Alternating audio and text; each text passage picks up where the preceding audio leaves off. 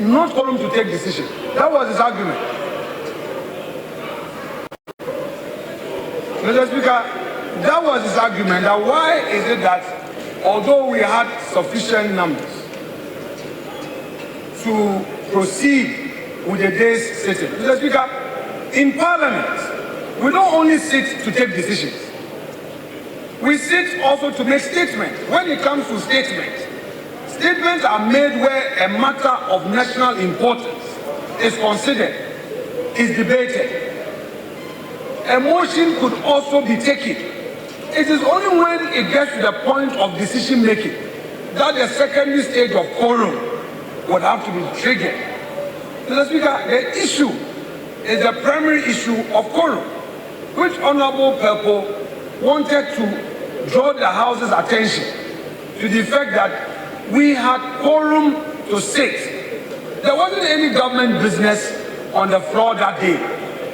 So, Mr. Speaker, I want to take it that perhaps it was one of those necessary errors to get democracy going.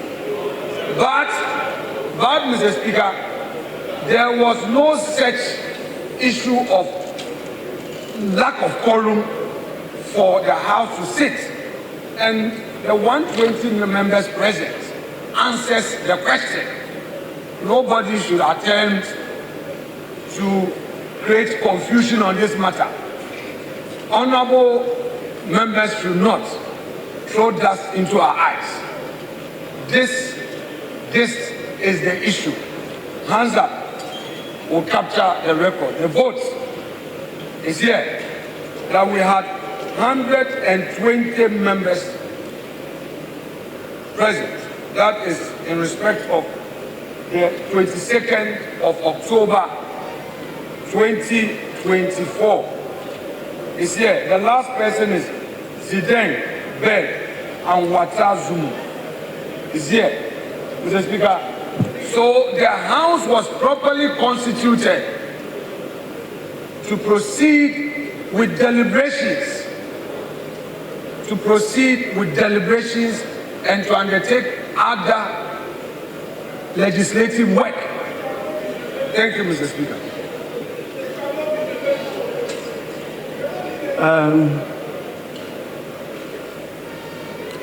Well, Honorable Rashid Elpo.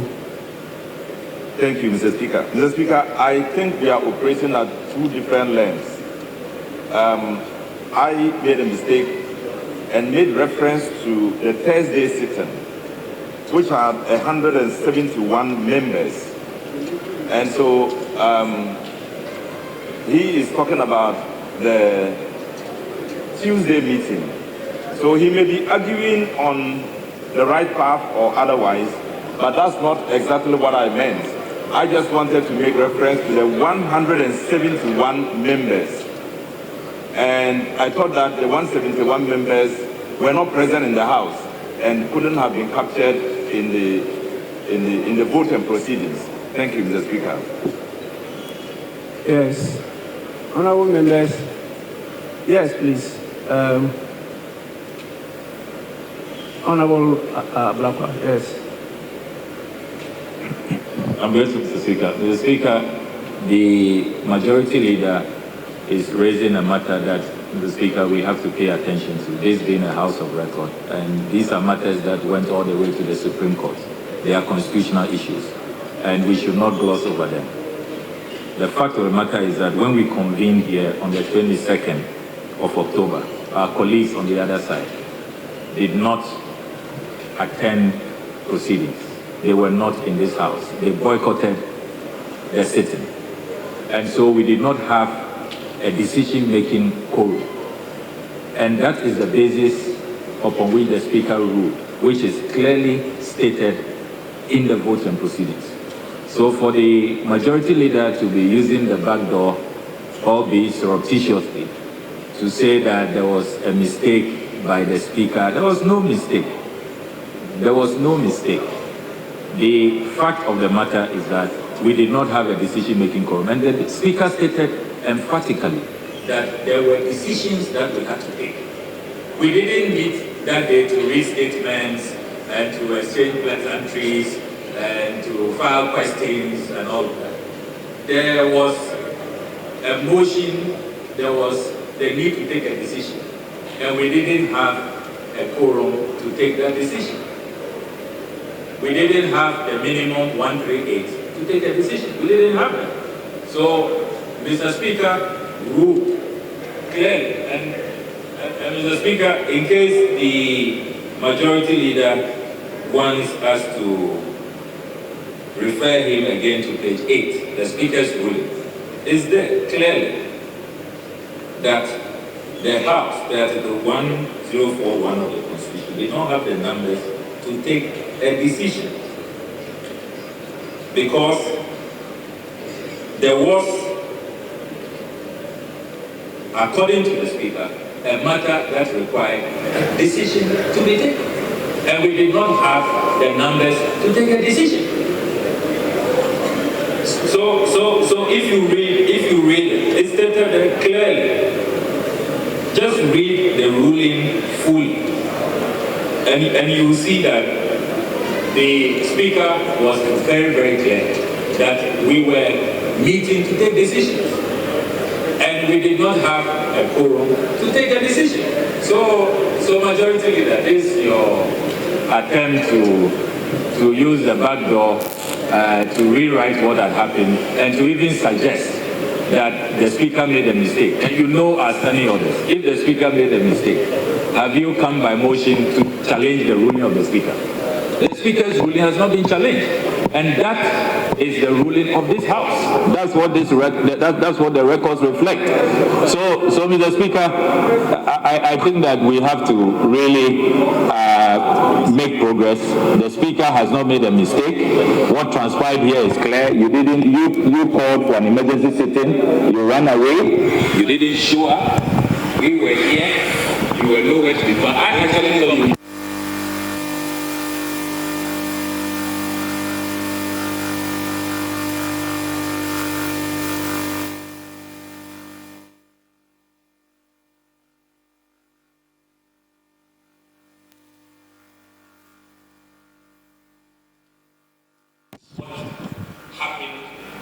In this House, which has accurately reflected in our records.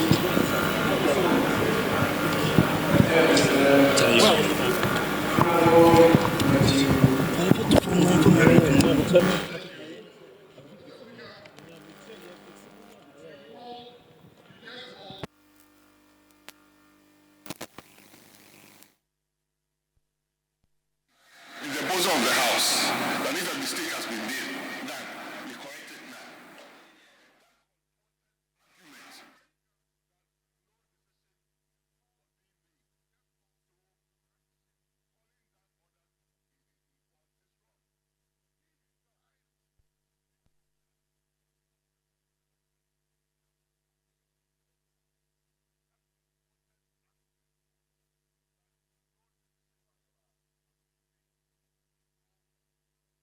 If something has been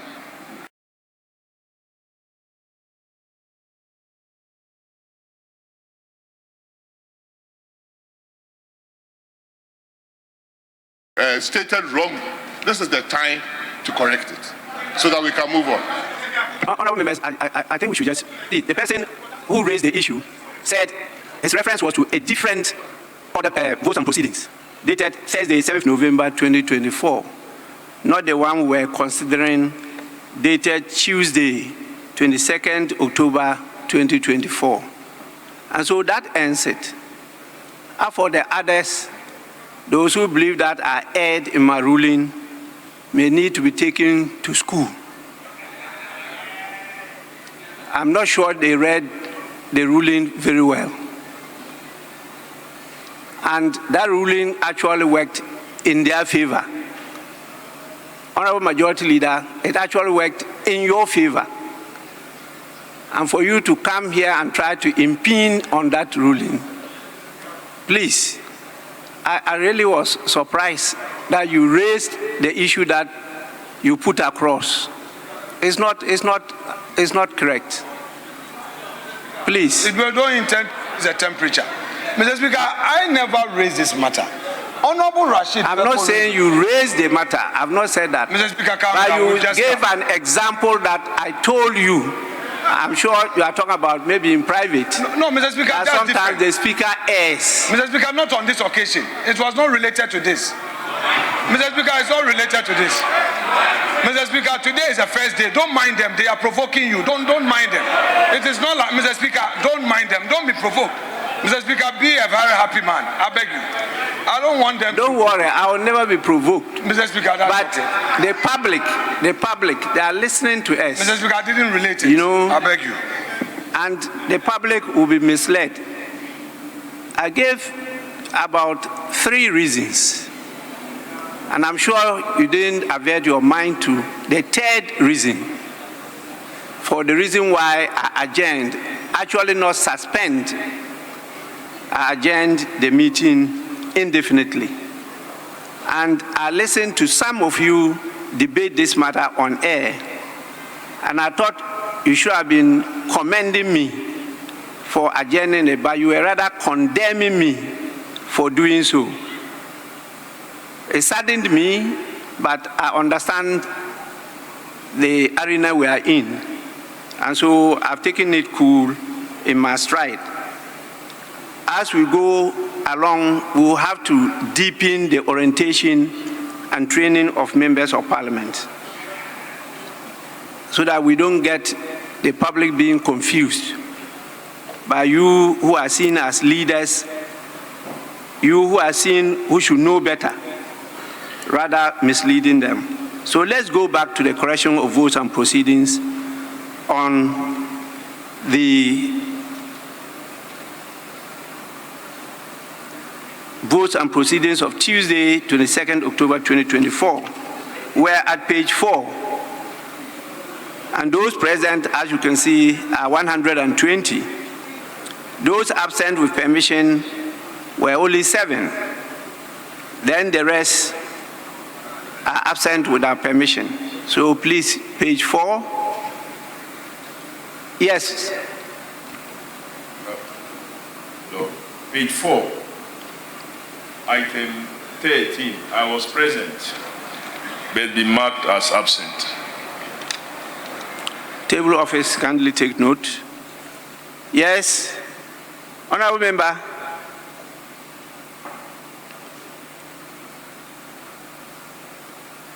Are you on your feet to,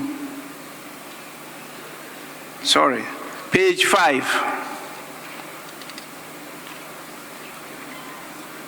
Page 6.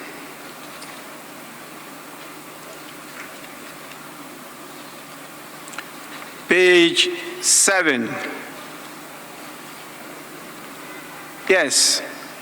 Honorable Oseche Mensah-Bonsu. Speaker, page 6, item numbered as 98. I think I transmitted a leave of absence request that have been marked as absent without permission. So if you may direct the table officers to take note of that. And having said so, Mr. Speaker, even though we start a bit late, it's past 2 o'clock, it's almost 3. I don't know whether we may want to call for an extension of the sitting period.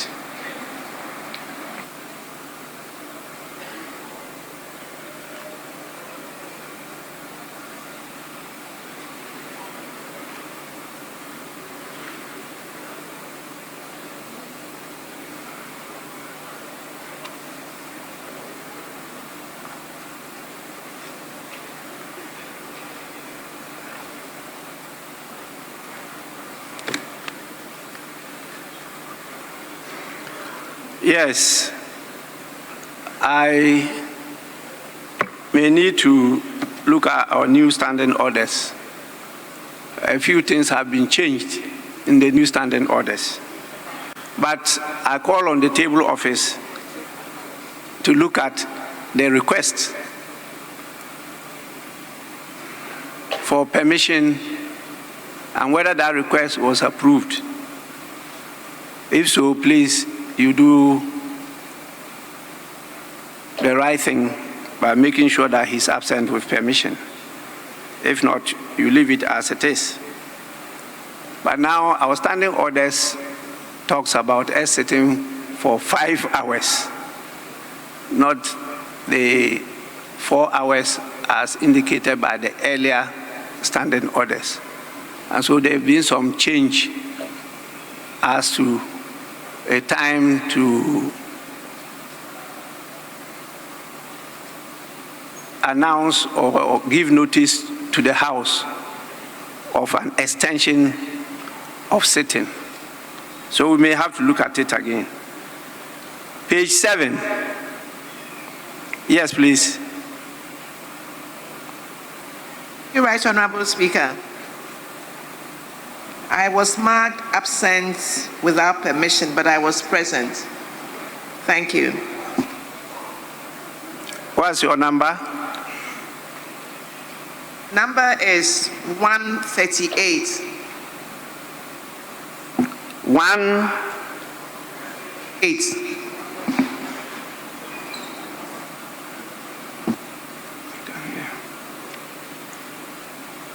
$138.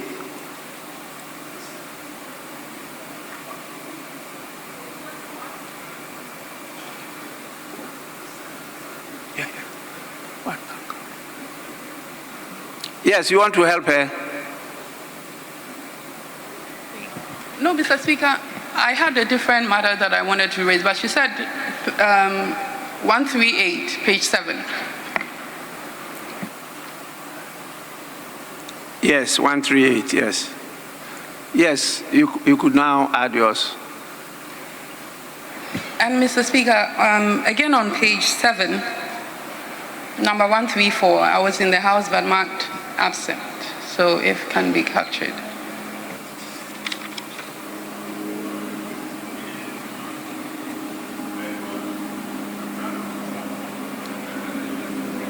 Are you sure that day you were in the House? Mr. Speaker, yes. And I even granted an interview on that day. I came in and my members had done the press conference and left. But at least I was in the chamber, and it should reflect as such. If we are here independently representing our people, on that day, I was here.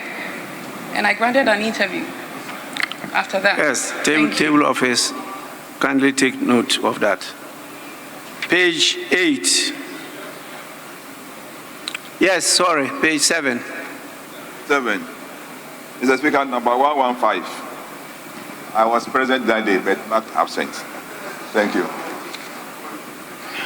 Number 115, kindly take note. Yes.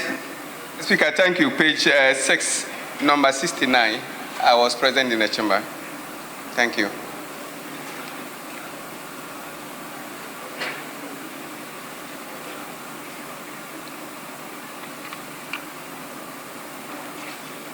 Table office, kindly take note. Any more? Okay, we'll move to page 8. Page 9, page 8. Yes, please. I'm grateful, Mr. Speaker. Mr. Speaker, page 8, the tradition of this House, when there has been a boycott by one side, is that the votes and proceedings capture that. But you go through the entire votes and proceedings, and Mr. Speaker, that is not reflected. Mr. Speaker, for example, if you take the Thursday, 7 November one, that is captured. That boycott or lack of attendance is stated. But in the case of the 22nd October 2024, no show by our colleagues on the other side is not captured. You only get a slight sense of that when you look at the Speaker's ruling, where the Speaker says that the House did not have the numbers to take decisions. But why didn't we have the numbers? That must be stated, because our colleagues were not in the House that day. And that has been the tradition. It is always stated in the votes and proceedings. So, Mr. Speaker, if the table office can reflect that development, because it is missing. Yes, Honorable, is that Chairman of Constitutional, Legal and Parliamentary? Yes, sir. Yes, please. Thank you, Mr. Speaker. Mr. Speaker, in response to my colleague's correction, I do not think that we were in the House and we walked out. That's what we call boycott. Members, it is recorded that 120 were present.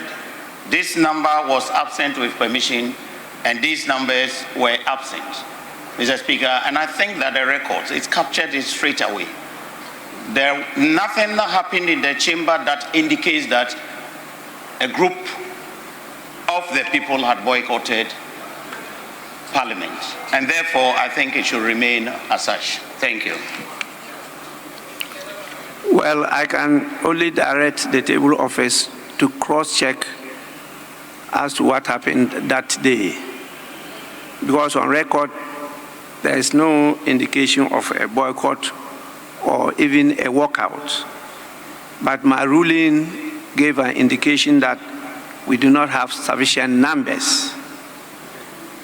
And definitely those of us who were present also observed a few things. And I think that it have been captured by the verbatim reporters who were present in the House. But our attention has been drawn by the Honourable Member for Domi Kwabinya that she came later on and was present in the House. And so we'll have to make sure that we capture all this. But I recall talking about adjourning the House, the meeting, not suspending the meeting. So please, table office, take note of it at paragraph 3 of my ruling. Now we go to page 9. Page 10. Page 11. Page 12.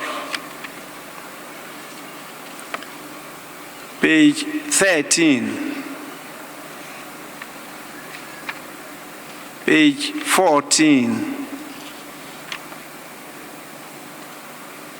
Page 15.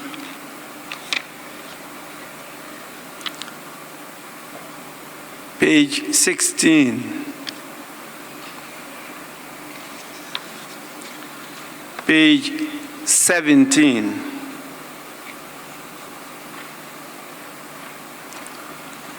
Honorable members, in the absence of any further corrections, the votes and proceedings of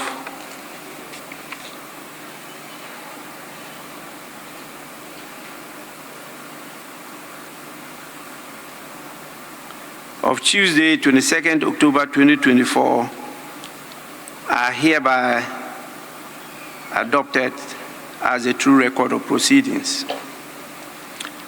We now take Thursday, 7th November 2024, page 1, page 2, page 3, page 4, page 5, page 6,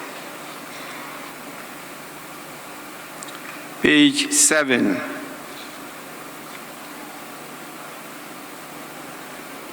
page 7. Yes, please.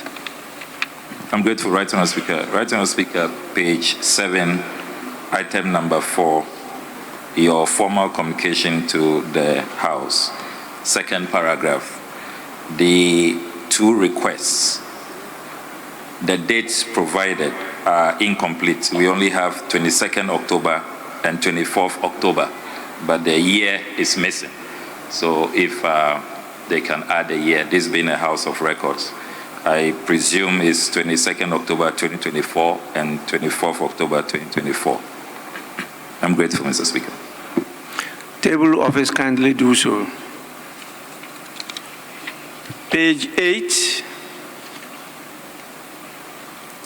Honorable members, the votes and proceedings of the emergency sitting dated Thursday, 7th November 2024, as corrected, are adopted as a true record of proceedings.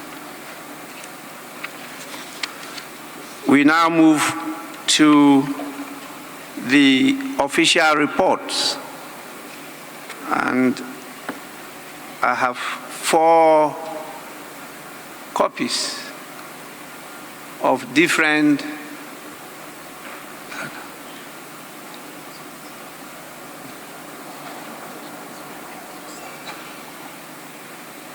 sorry, my attention has been drawn to the fact that Honorable Osei Chairman Sebonsu was on his feet. Sorry.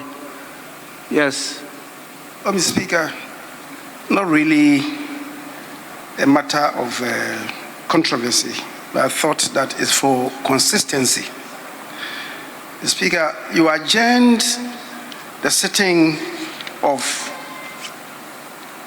7th November 2024 on account of the prevailing situation in the House, that you took cognizance of the fact that a group of members were not present in the House, and then you proceeded to, on account of that, you proceeded to adjourn the House sine die. That was on the 7th of November 2024. The Speaker, on Tuesday, 22nd October 2024, when you adjourned the House, it was an account of prevailing circumstances. 1, and you yourself mentioned it, the prevailing circumstances. 2, the question on the composition and constitution of Parliament. And 3, having regard to public interest. These were the 3 reasons that you cited, and then you proceeded to adjourn the House. Mr. Speaker, I'm just juxtaposing the 2 circumstances. Same thing. And in that regard, what you did will not qualify for a ruling, because I've heard people refer to the fact that you made a ruling. A ruling on what? A ruling is only made when there's a matter in contention, and then you come in to give your interpretation and how the House should proceed. So what you did, captured on page 8 of the votes and proceedings of Tuesday, 22nd October 2024, which has been described as your ruling, with the greatest respect. The adjournment was an account of the prevailing circumstances, and you related to it. And as far as I'm concerned, that will not qualify for a ruling of the House. Mr. Speaker, thank you. Yes, please.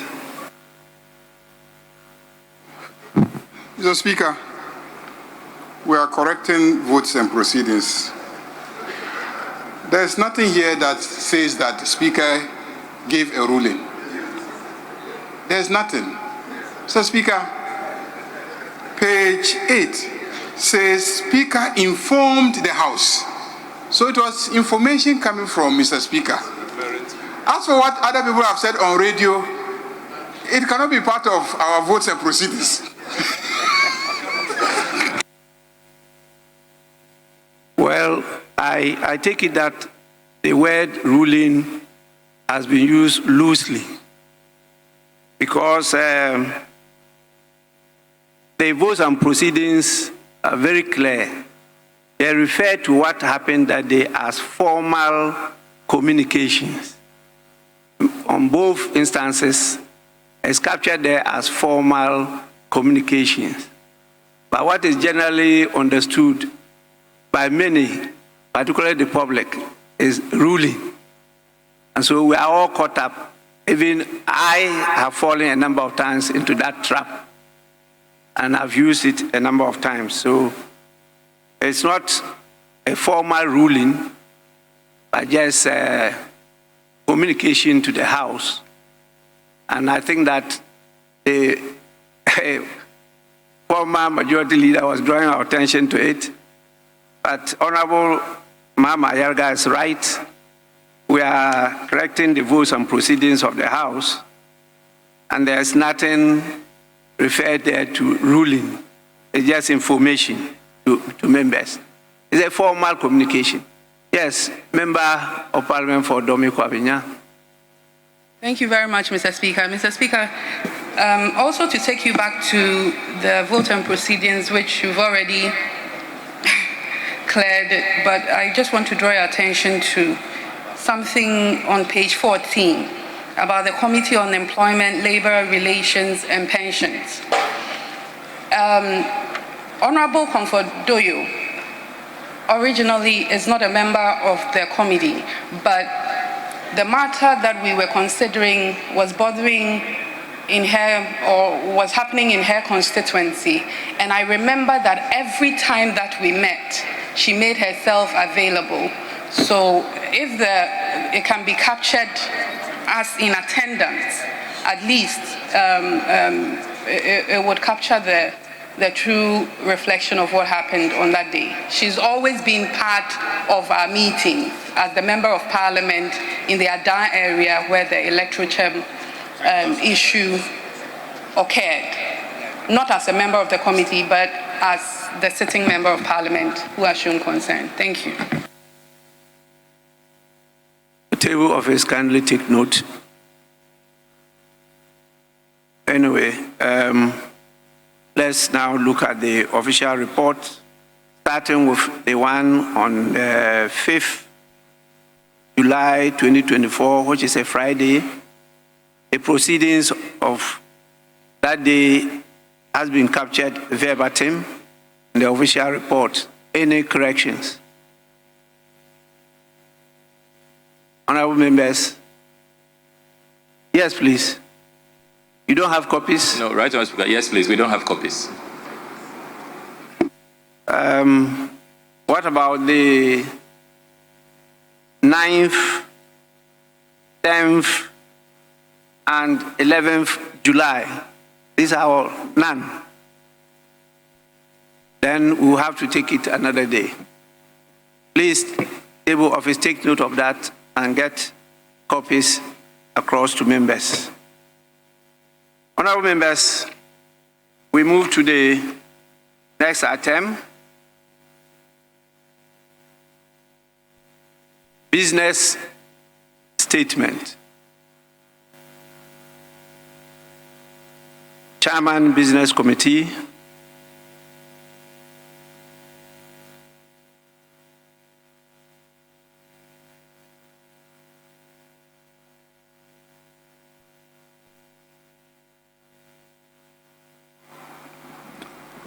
Right, Honorable Speaker, with respect, I shall proceed with a business statement for the week ending 20th of December 2024. Mr. Speaker, the Business Committee met and agreed on the business for the week. Same has been captured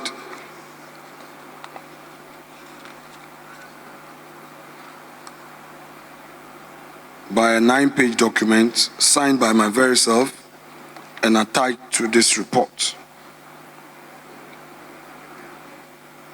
Mr. Speaker, per what we have, we expect to not only end on Friday, but Mr. Speaker, if you would permit, we may have to add Saturday to the sitting so that we could adjourn for the Christmas and then come back. Mr. Speaker, all these that have been proposed are conditioned on resolving some critical outstanding matters, particularly statutory payments and other matters that members expect action on. I expect the whips to take this matter up the majority and the minority whips to take the outstanding statutory payment matters up so that it will pave the way for us to have a smooth deliberation for the week. The Speaker, the report has been circulated to all members, and I shall proceed to resume my seat, and let's invite comment from members so that we bring a finality to the program for the week. Thank you very much, Mr. Speaker.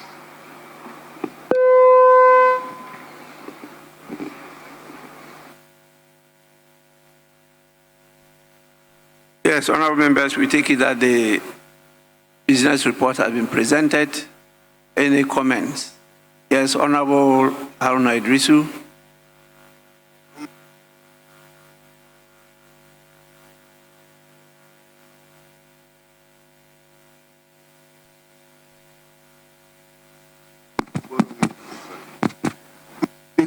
Thank you very much for the opportunity to make a comment on the business statement presented by the leader of government business. And Mr. Speaker, one thought that the leader would take a cue from your guidance.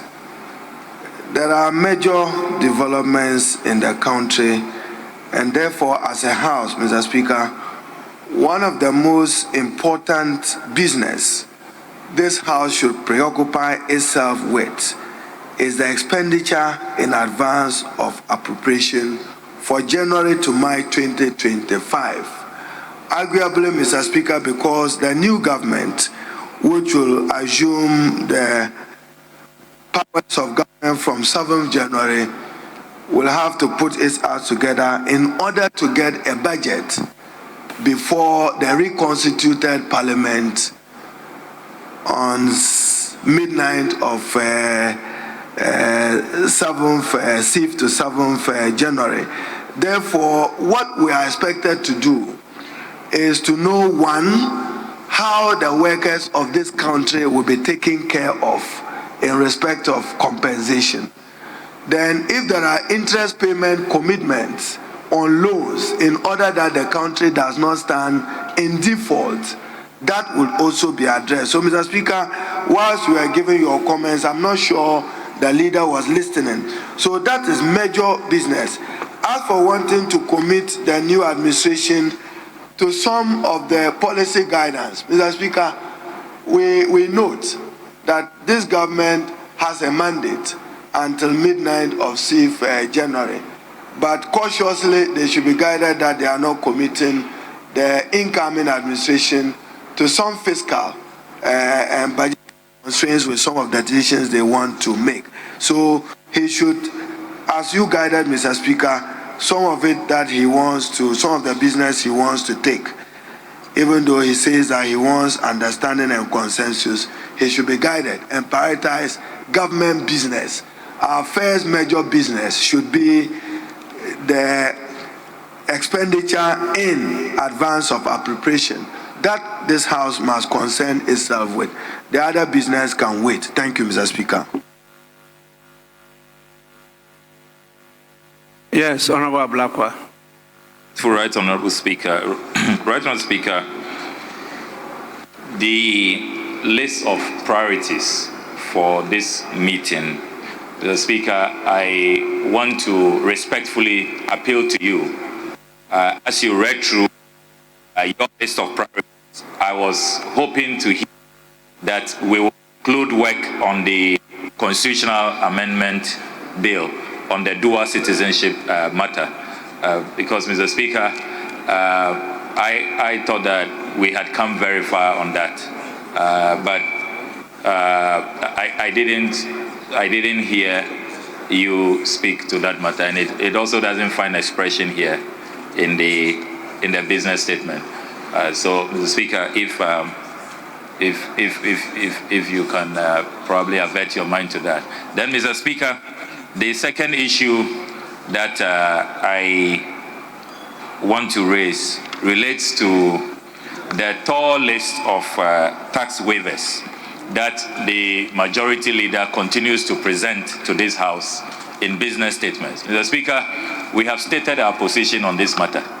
And considering the fact that all of these matters have been voted against and rejected by the Ghanaian people, why is the majority leader still putting it in the business statement and wanting to get us to work on these matters, which are so unpopular? A tall list, over 40 tax waivers, Mr. Speaker, and this will have serious fiscal implications for the next government. I mean, why do you want to saddle the next government with these huge revenue losses when you have been roundly rejected at the polls?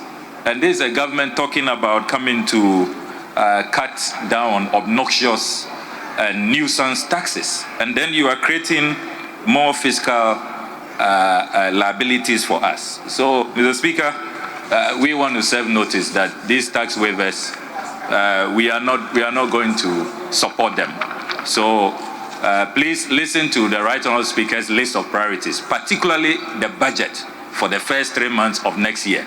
As for tax waivers, we cannot support you. Honourable Afenyo-Markin, we cannot support you. So you need to really get this out of the business statement. I'm grateful, Mr. Speaker.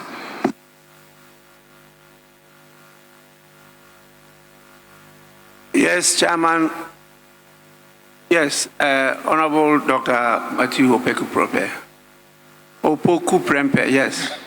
It's not hyphenated. It's not. It's not. Only the NAPO is together. Yes.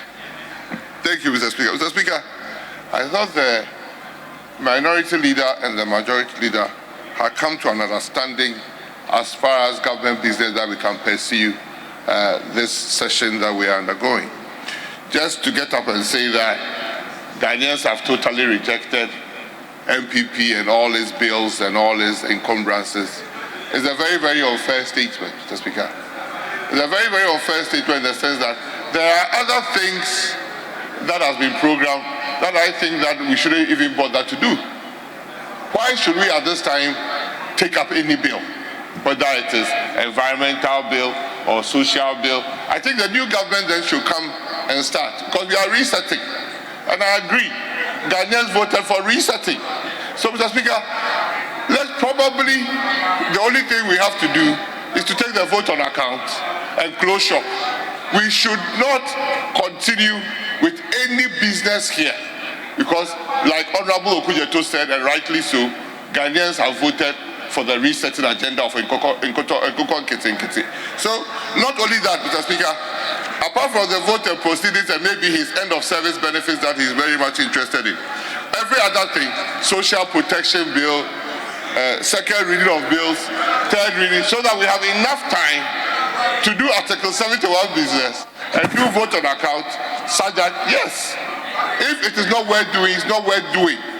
Please. So we have agreed on resetting.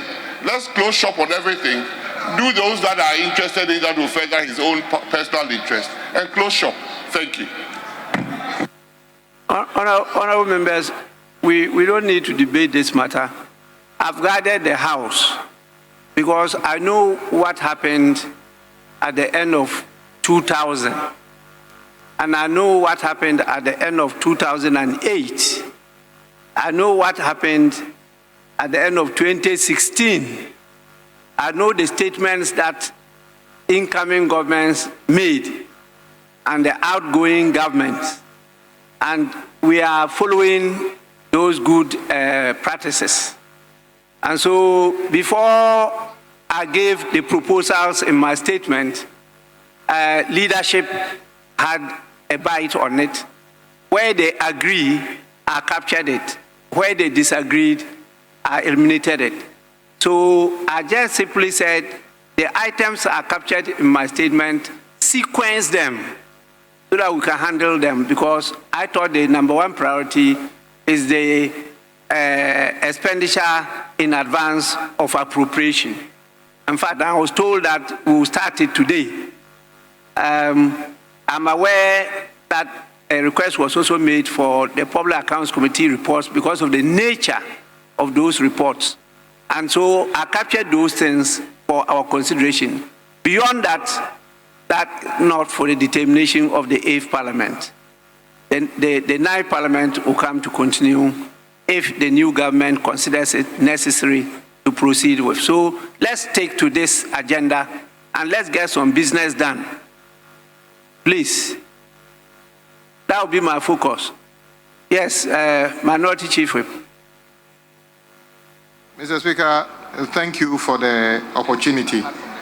Just to add that, Mr. Speaker, the Honorable Leader of the House suggested we sit on Saturday. Mr. Speaker, that is totally rejected. There's no reason for us to sit on Saturday. Mr. Speaker, on 2 occasions, his side dragged us out of our constituencies to this house to do what he described as urgent business, which is not different from what is placed here. He refused to even come and do his own business. Now that you have called us under normal circumstances, he's asking us to add another day, a Saturday. Mr. Speaker, what is the justification? And that is why I adopt the position by the former running mate of New Patriotic Party, my own friend, Honorable Dr. Opoku Prempe, who says that we should take the businesses that are urgent, that is appropriation in advance expenditure in advance of appropriation, and those items that are time bound, and then we call it a day. The new government comes and decide what priorities are, then we do them, Mr. Speaker. So I think, Leader, we beg you, I know you have a tough job, but to assume that we can do, you know it yourself, we cannot start any bill now. We've never even done it before. It is just not, and I would encourage you, the atmosphere in the House today appears to be cordial. I entreat you to entrench the peaceful nature of this House towards Friday. Any attempt to do other things may not be good. And you also said the whips should do something about welfare. Leader, you have the key to addressing the welfare issues of this House. I have no control over the finance minister. I have no control over the common fund administrator. You can do that. I don't even know the last time I saw the how do you call it? The common fund administrator. All I know is that during the campaign, candidates of a particular party receive a lot of goodies from common fund. It's not from her. It's not from her. Okay. Honorable Dr. Poku Brempe said that it's not from her. I just said, I didn't mention any name. I said they receive goodies. One particular party received goodies that appear to be goods from common fund. But if it's not from her, fine. But the only people who can cause the common fund administrator to disburse to the assemblies, the only person who can cause the common fund administrator to fulfill her mandate as in the Constitution is you, not our side.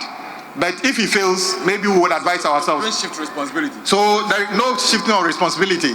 You have the opportunity. I've seen people call you majority leader today. Live to your expectation.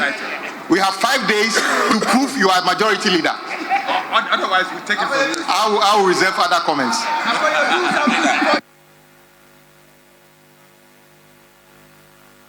Honorable members, we are on the business statement. Yes, Chairman, Business Committee, and Majority Leader.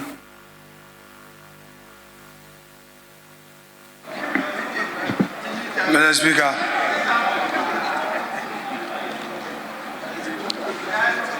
these items that have been listed on the business statement have not suddenly arisen. They are not matters that have suddenly arisen.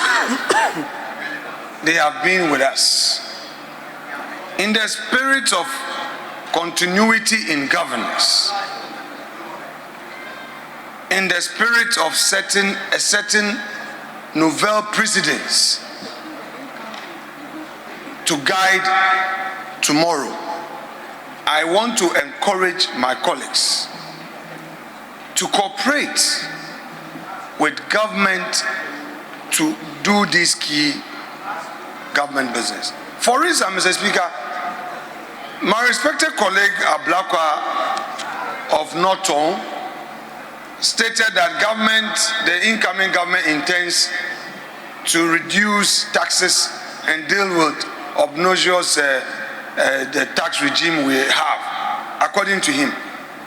If that were to be so, why will this same incoming government reject the 1D, 1F, which is giving an incentive? Because we don't want too many imposition of taxes on corporate Ghana. What this tax is doing, what this is doing, is to take away the taxes. You say that you are going to repeal taxes. We are giving an incentive. You say no. Honorable Majority Leader, business statement. Yeah, Mr. Speaker, I'm responding to the consensus. No, we are not debating the subject matter. We are looking at the business statement and the items. So, Mr. Speaker, what I'm saying is that I did not just come up with these. We sat at the committee. It's a collective decision to bring this proposal.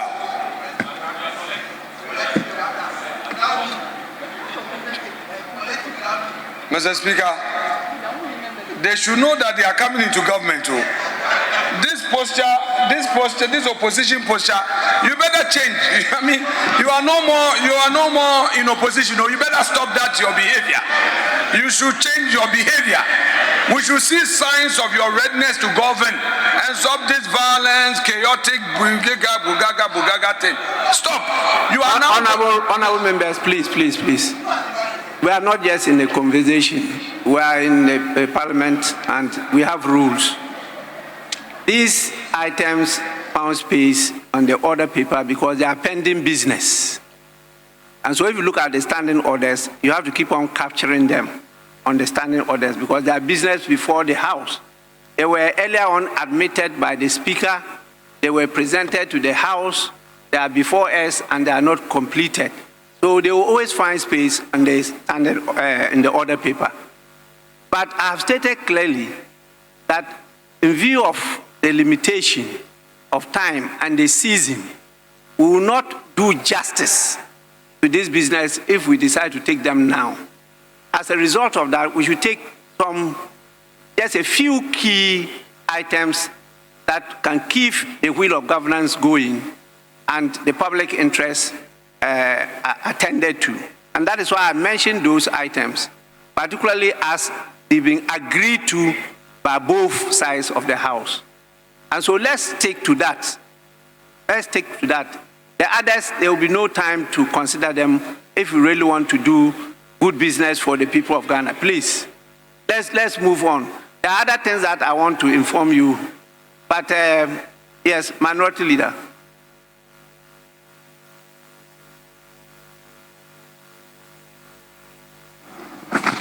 Right Honorable Speaker, let me also comment on the business statement. The Speaker, this morning I made it clear to my colleague, the Honorable Afenyo Markin, that it will be wrong for an outgoing government to commit an incoming government to millions of US dollars, which will be a fiscal strain on the next budget. The Speaker, I said this on the backdrop that before us, they are proposing to buy ships worth 140 million euros at this time. Mr. Speaker, it is very wrong for a government that is leaving office in 3 weeks, to commit 140 million euros. Mr. Speaker, if it is extremely important for the state, allow the new government to commit them.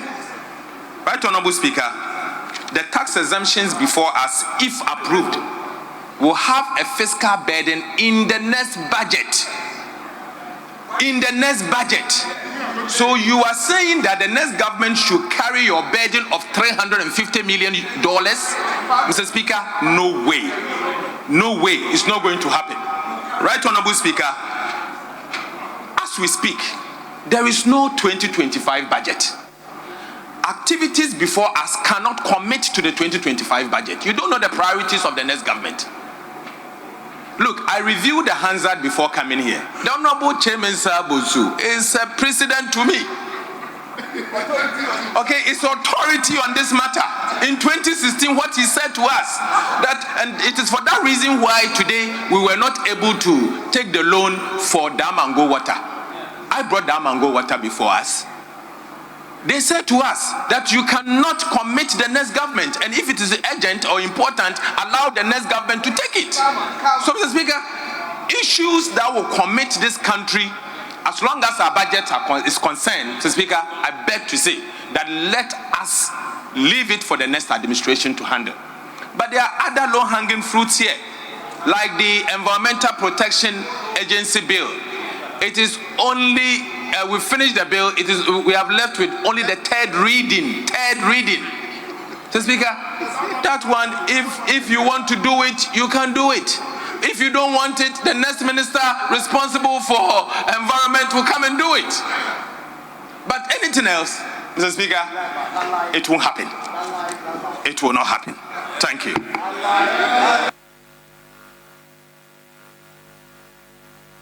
Hello. Is that the Minister for Defense? Yes, Mr. Speaker. Mr. Speaker, thank you very much. Mr. Speaker, I just want to be clear that to take a commercial loan and for Ghana and the IMF to agree only simply means that there must be special reasons why the IMF will agree for Ghana to take a commercial loan. And he knows that it was the IMF itself that had to agree to open up the space for Ghana to be able to take this because Ghana does not have aircrafts and ship. It doesn't have aircraft and ship for our military. I don't have a problem with the next administration dealing with it. But when there is an opportunity to do it and you don't do it, that is up to them to be able to do it. I don't have a problem at all. And I just told him that at all, that we don't have a problem. I am saying that you have opportunity to purchase 2 ships from France for the Ghana Navy. If you think that you cannot do it now, Mr. Speaker, you wait and do it when the government comes. We don't have that problem. The new government comes.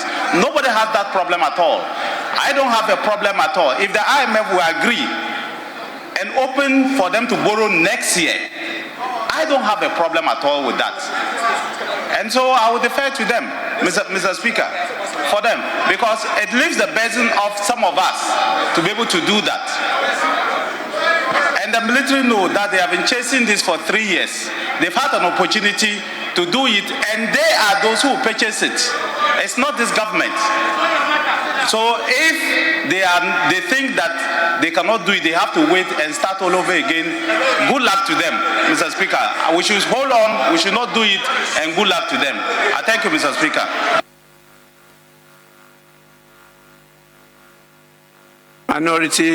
Deputy Minority Whip.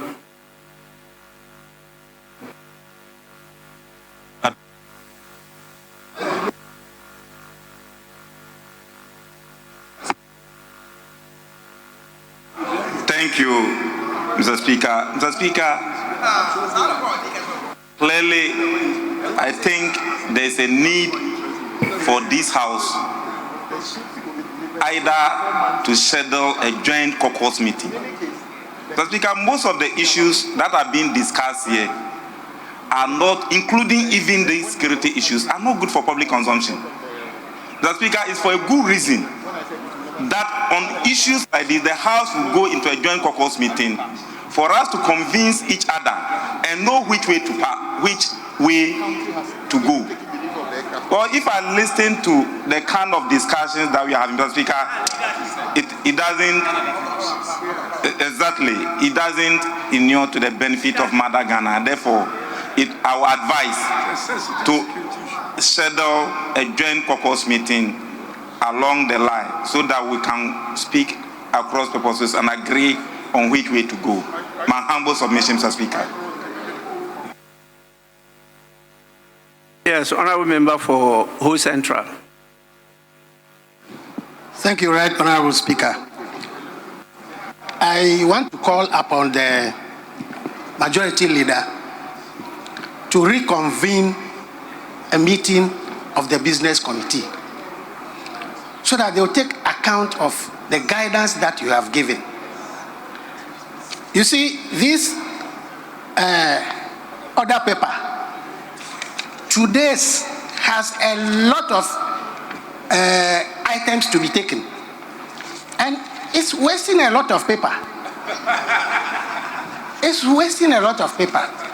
So if they take a cue from the guidance that you have given and redraw the business statement, then we will not have such copious items on the order paper to be taken every day. In consequence, you will find out that whatever limited business we have to do, we can take 2-3 days and finish it. Then we don't even have to wait till Friday before we adjourn. So my humble submission to the Majority Leader is that he should reconvene a business committee meeting to redraw the business statement, taking account of your guidance and all that colleagues have said today on the floor. I thank you. Yes, Honourable Member for Tamale North. Oh, sorry.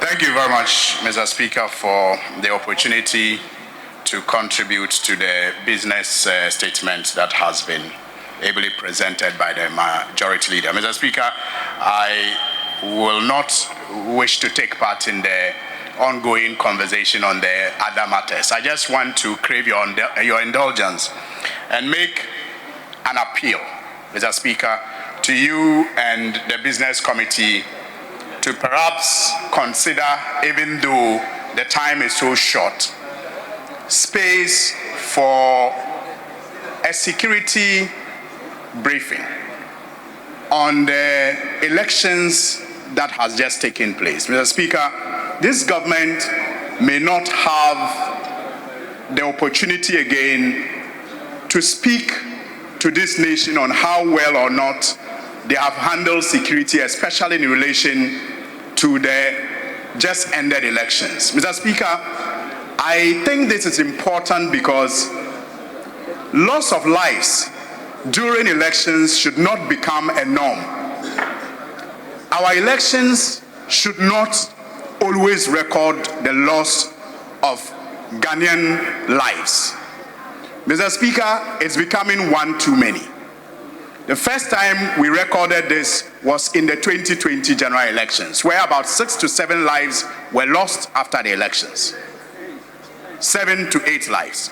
Mr. Speaker, just this election that has gone by, we are told of about 2 or 3 lives that have been lost. Mr. Speaker, indeed, as we speak, a family in Tolong, in Yankpala, is preparing for a funeral tomorrow with about 15 others nursing various degrees of injuries.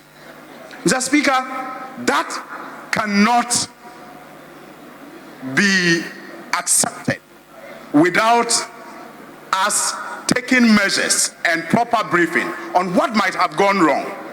And so, Mr. Speaker, even though we do not have time, I will plead that the Business Committee considers a briefing to this House by either the Defense Minister or the Interior Minister or whoever was responsible for the provision of security in the just ended elections, so that the incoming government perhaps can take a cue and assure us that never again after these two incidents, will we record loss of lives again during our elections? Mr. Speaker, it is my humble appeal to you and the Business Committee to consider. Thank you.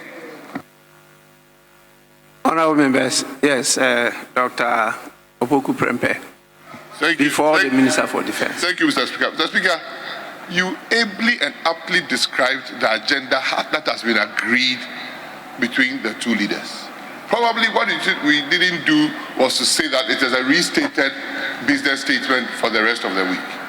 But we have gone round and round and round, and we are coming back with a consensus to say maybe the leadership should meet urgently and consider things that the two sides can agree so that we go on. Mr. Speaker, I also don't believe that we are going to sit here and pick and choose.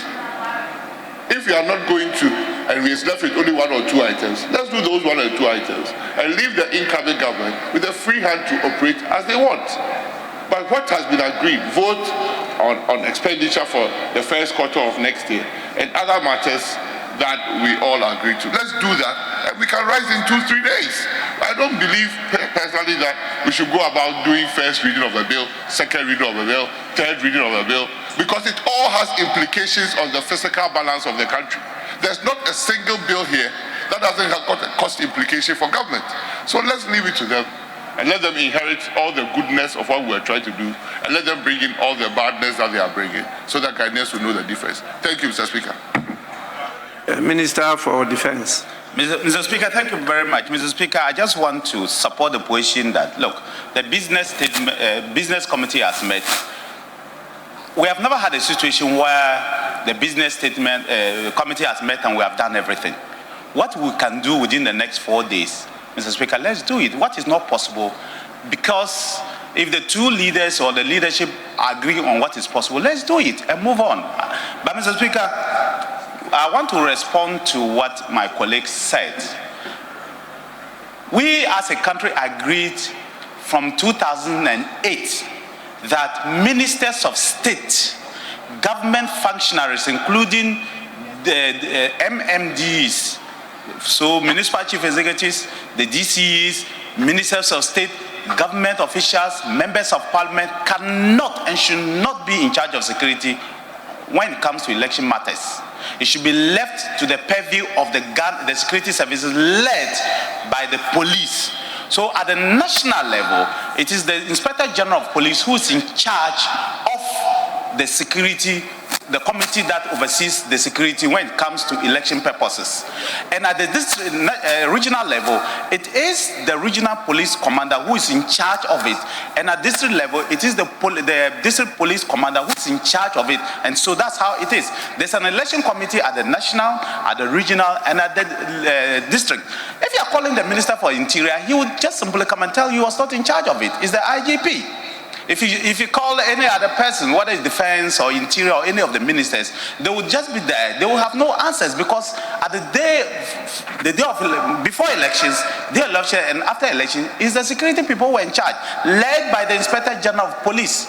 And so if the Speaker thinks, or the House thinks that they want to call the election security to come and brief this House, it cannot be members of, it cannot be ministers or government appointees, because they have no role. And in fact, it was good. It's good that the executive were not in charge of security. It's always been like that, because you cannot be a judge of your own court. It's wrong. And so that's why if you are calling somebody, it can only be the IGP and his team that will come and then you decide what happens. But I can say the record does not speak, or the record does not support your position that it was just 2020 and 2024 that people died out of election. I can tell you 2004 in Tolong, in Kumbungu, go and find out, and several other places, people lost their lives. But Mr. Speaker, it's the decision of this House. If they want to call them, we can discuss these things. But just like somebody hinted, some of these discussions, it helps when we first do a committee of the whole, and after that, if we decide that there are some things that we want to talk to the public about, we can talk to the public about. I don't have any problem. If it's a public debate we want to do, we'll be willing to do a public debate on anything, anywhere, anytime, and any place. Thank you, Mr. Speaker. Honorable members, would we now proceed to adopt the report? But let me once again reiterate to all of you, particularly those of you who, as members of parliament, are given the opportunity to be ministers of state, together with the leader of government business. The Speaker presides over the business of the House. At least, even if not captured by our rules, the Speaker should have pre-knowledge of the business coming before the House. You don't bring business to the House and the Speaker gets to know of the business just on the order paper. How are you going to manage the debate on the business? These things we are talking about concerning the agreement between the Republic of Ghana and the military, I'm just seeing them on the order paper. I have no document, I have no briefing, I have nothing. And I'm expected by our rules to be the one admitting the business and the business being referred to the business committee to deliberate upon and schedule for the consideration of the House.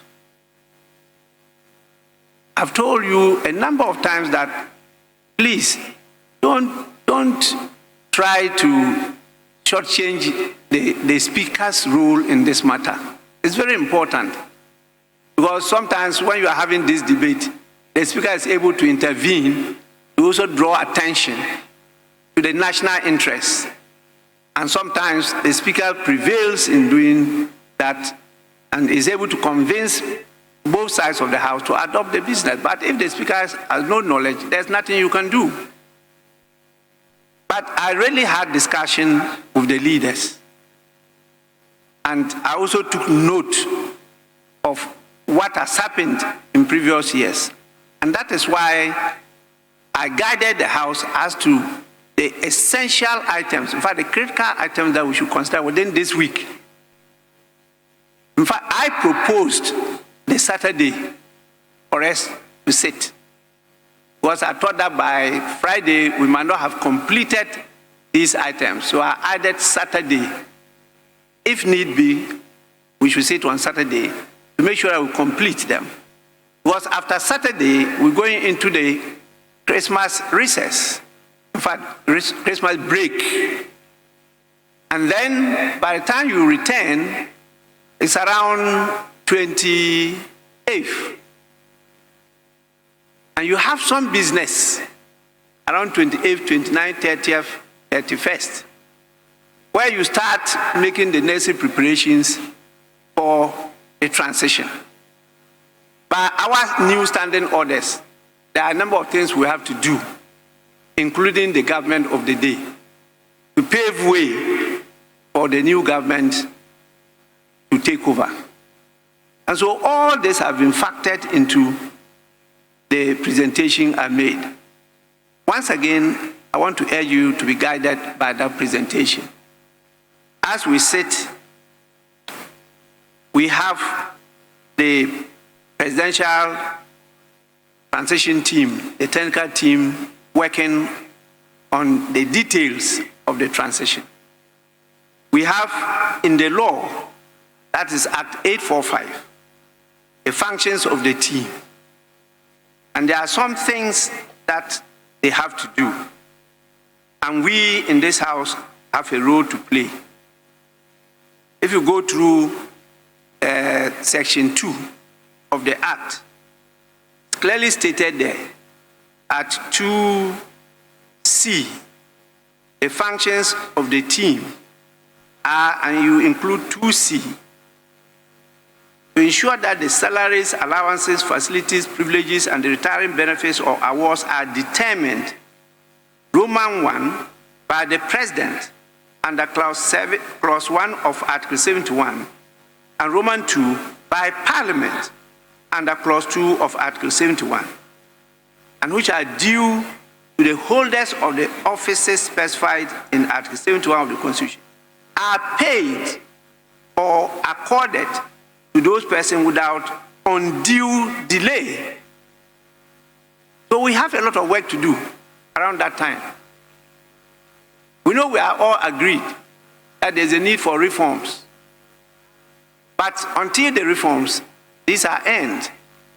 And this involves a lot of public officials, not politicians, a lot of public officials who actually take what we call gratuity, not ex gratia, gratuity. So we need to find space for this. And I will propose that leaders to focus on that and put in place a committee in readiness to receive the report. I was expecting to get a copy of the report today. Unfortunately, it hasn't yet gotten to the destination. I haven't received anything like that. And so we want this House to have a dedicated committee or to constitute itself in the committee of the whole, so that immediately it arrives, you are able to go into the details and to present a report for the approval of the House. And that deals with the conditions of service for the executive and the judiciary. And so please, members, let's take note of that. We don't have the pleasure of time, and we need to hurry up on these critical matters, finish them before the end of this month, and then we can now pave the way to transit, because the intention is for the next Parliament to be sworn in not just on the 7th, but we are proposing, and it is stated in the law, the Presidential Transition Act 2012, that the election of the next Speaker be done 2 days to the end of the term of the Parliament. And so that you don't have to be doing elections on the 7th of the Speaker. It will be like with swearing in of the Speaker, who now swear in the members, including the deputy speakers. And that will give a very seamless transition for the House to move to swear in the President on the same day. So that our illustrious luminaries, the guests that we invite from other countries, don't come and spend the whole day waiting for us to banter over who is Speaker, elected Speaker on the floor of the House. So we are finding space for all this. So we don't have the leisure of time to be going back to consider very substantive, controversial matters. Please, let's have faith in each other and allow the governance as a continuum to lead us to develop our nation. I think this will be my last appeal, and I will not entertain anybody taking us backwards. So please, table office, tomorrow's order paper, make sure that you do the right thing by eliminating all this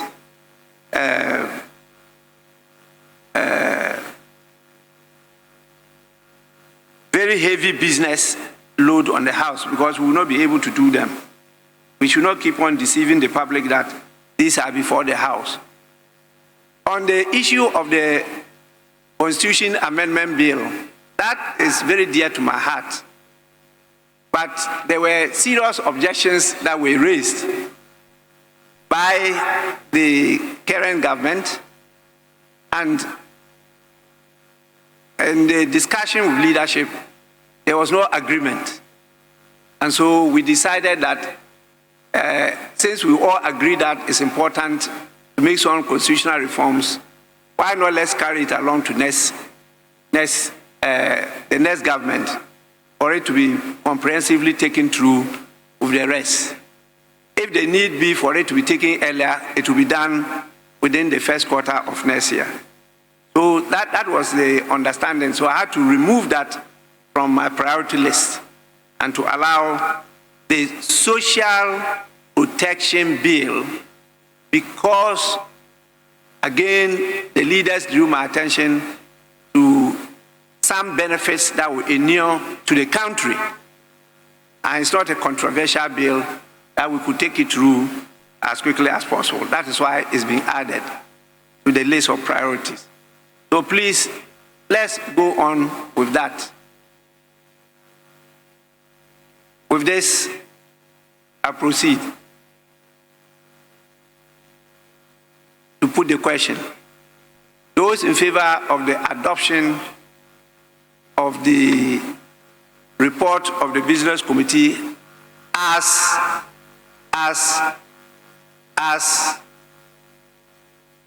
revised by members.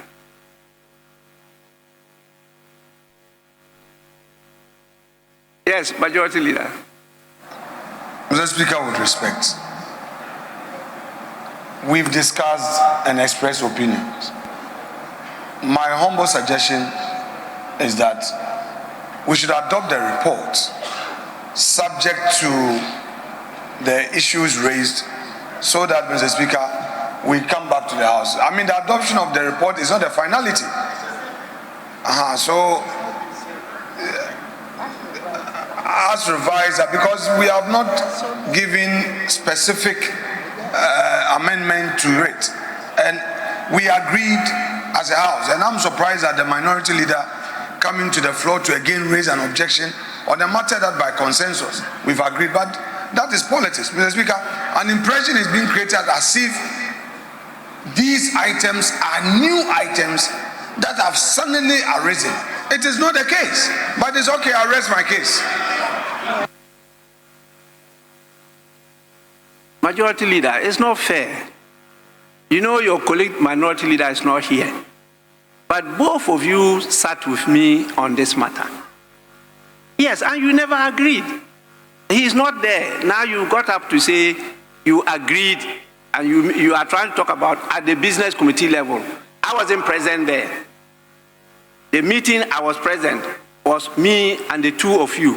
You did not even allow your colleagues in leadership to be part of that discussion. And you disagreed. So you don't get up to paint a picture as if he's reneging on something he has agreed to earlier on. That's not fair. Right, Mr. Speaker, I don't want to debate this matter, but Mr. Speaker, we had a business committee meeting. And I have signed a business committee report. Mr. Speaker, for me, if members have new issues to deal with, we can deal with them. But let us adopt the report without any condition. And then we can take other matters up. That's what I want to suggest to the House. Yes, honorable members, do we have to keep on debating this matter? Yes, okay. Speaker, truly, the honorable minority leader, when he got to the business committee meeting, the honorable majority leader was not there. So it is not like the two of them met at the business committee meeting. Leader, clear that. Secondly, the business committee meeting was supposed to be started at 9. The honorable majority leader sent a message that they should send it to 10 a.m. By the time the honorable majority got there, leader, you had convened the meeting and closed the meeting and left. When he got there, he disagreed and wanted the meeting to be reconvened because you misled him with the time. So if you come here and you are now painting him as if he went to the meeting and agreed with you, only to come here and have a change of mind, you are not being fair to him. For Christ's sake, Mr. Speaker, the honorable minority leader was clear at the meeting. He said he wanted clarity. We should select the items to be agreed upon before coming here. And you prevail upon that when he gets here, he can express his opinion. He has come to do say, and you are painting him black. So which is which? So clearly, Mr. Speaker, we should go by the path that you are chattering to, and I think it's the best way to go. The expenditure in appropriation, you go and say that, oh, and these people don't want workers to be paid. Let's prioritize that. When we finish that and there's something to be done, that one will be up to us. Honorable Ayarga.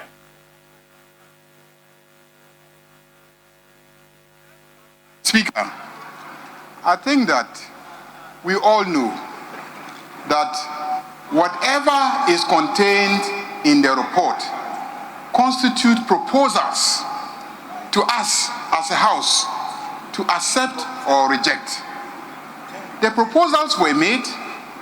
Indeed, Mr. Speaker, you drew attention to the fact that given the time at our disposal, we will not be able realistically to cover all the items that are being proposed. And you suggested that we prioritize certain items. Members raised issues, rejected some items contained in the proposal. You have put it to a vote, and he is saying that we should accept everything, when members are very clear that certain items contained in the proposals are not acceptable to them. If you don't accept a revised proposal, this side is likely to vote against it. And if we vote against it, then there will be a problem. So please accept a revised proposal as indicated by the Speaker so that we can move on. Please. We raised issues about the tax exemptions. We've raised issues about the bills. In fact, your own side is even against some of the proposals and saying that let's deal with the expenditure items for the first quarter of next year. And then we close. So there's clearly no consensus on all the items contained in the proposal. That is why we should accept the Speaker's proposal that let's adopt a revised business statement report. And then we can move on.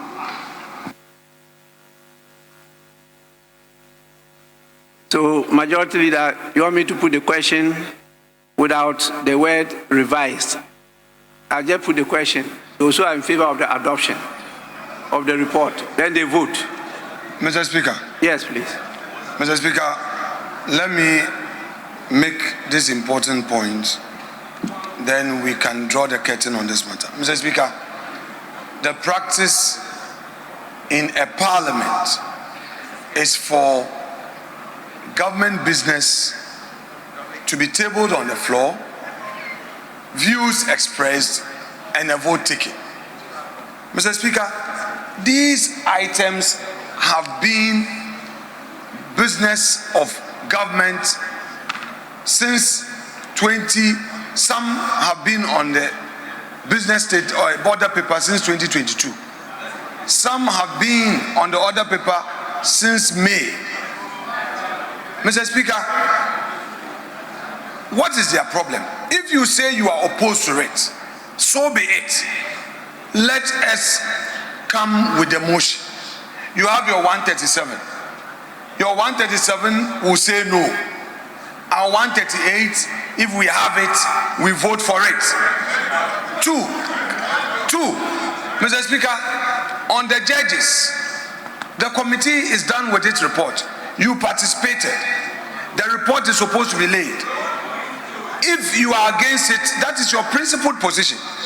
But you cannot say that government business, because you merely disagree, we should not list it on the order paper, or that it should not be a matter for business committee to consider. We will be setting a bad precedent for democracy.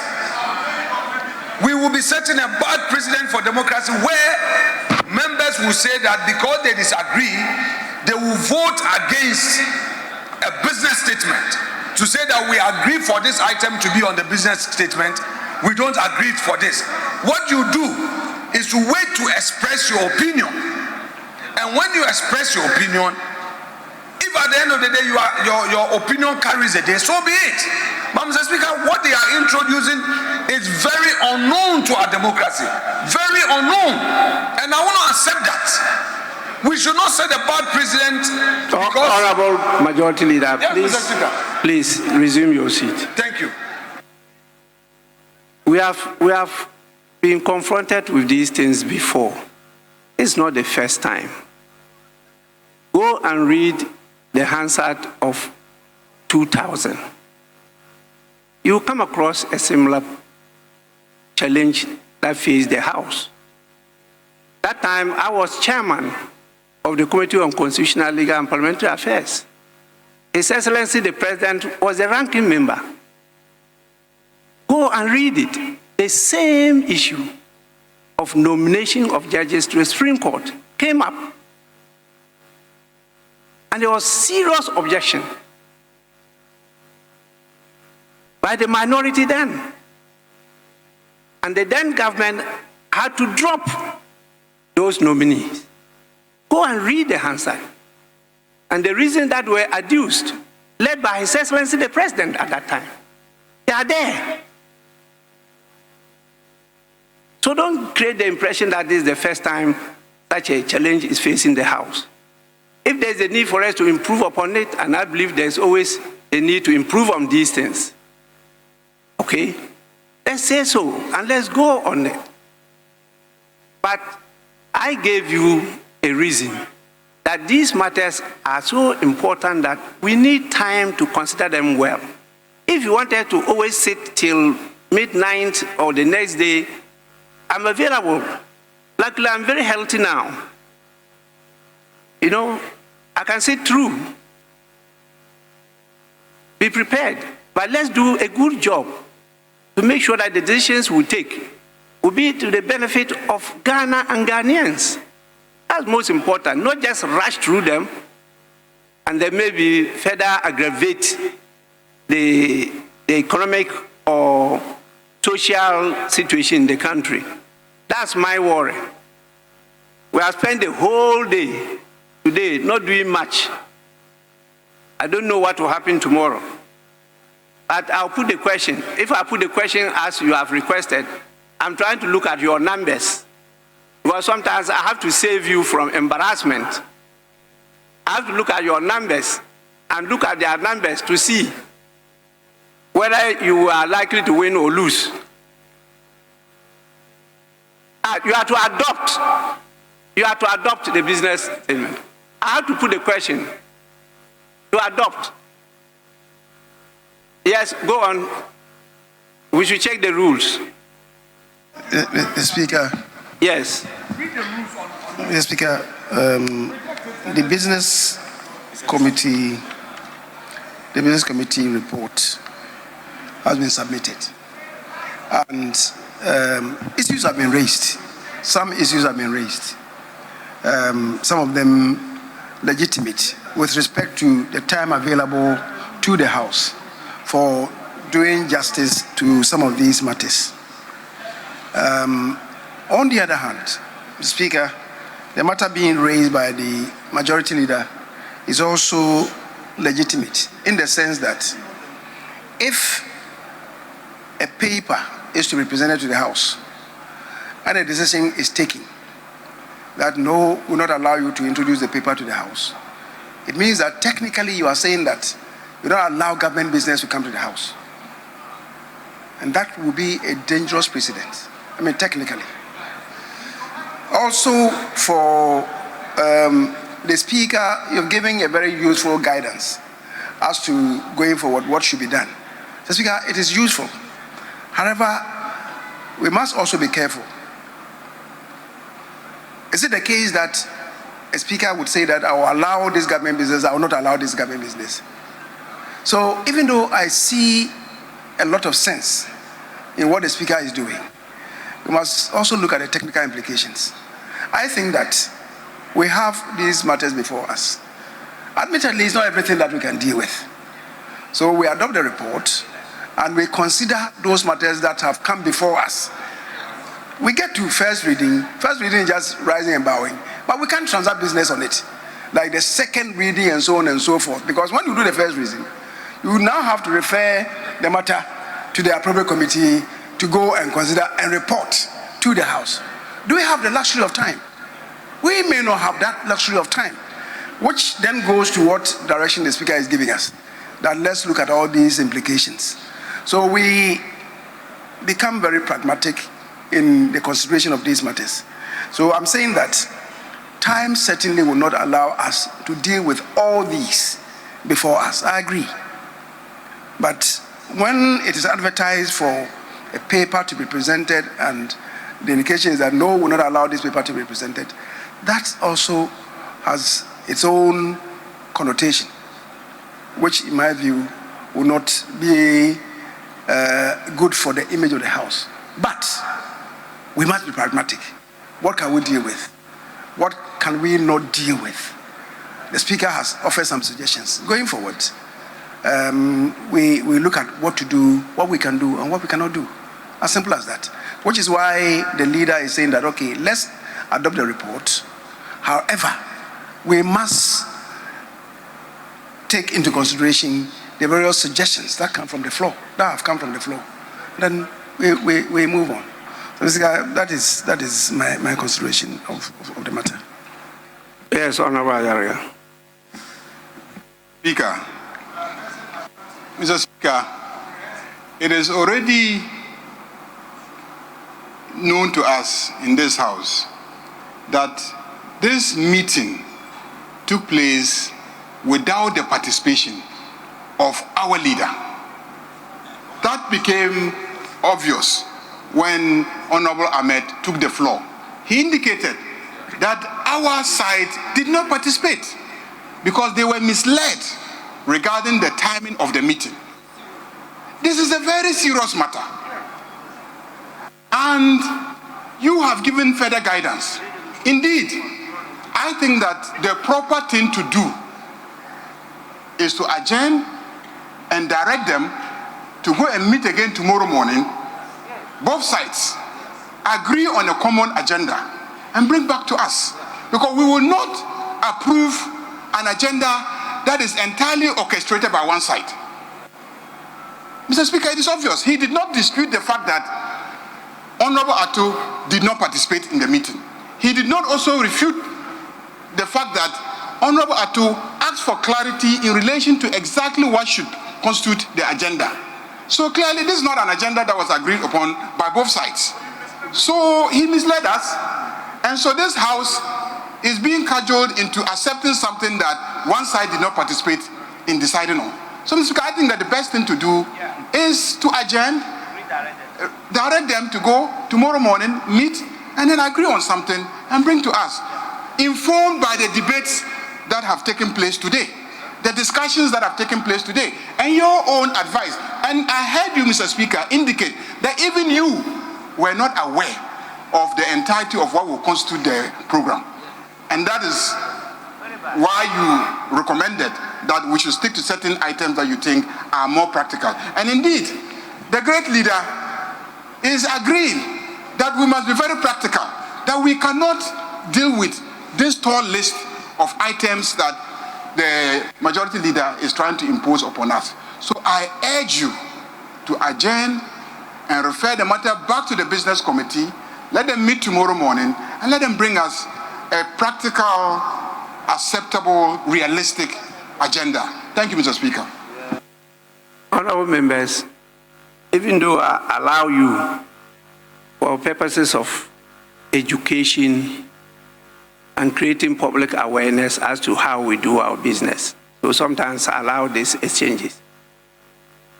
It's important for us to note that the speakers listen to both sides of the House. And the information at the disposal of the speaker also includes the technical staff, because the clerk is the principal advisor to the speaker on practice and procedure of the House. Apart from that, there are other authorities that get in touch with the speaker. And so I use that to advise. But when a business item is admitted by the speaker, and it is passed on and processed for the consideration of the business committee, and is scheduled for the attention of the House, that item cannot just be prevented from being presented because it's not yet before the House. It's when it's presented that it becomes the property of the House. And the House now will take time to go into it, bring a report for deliberation. It's at the time of taking the decision that the House could reject or approve it or adopt the report.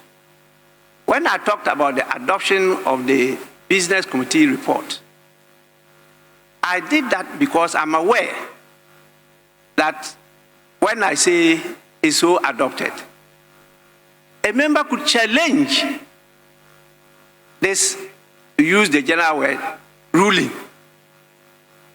And that meant that we have to put it to a vote.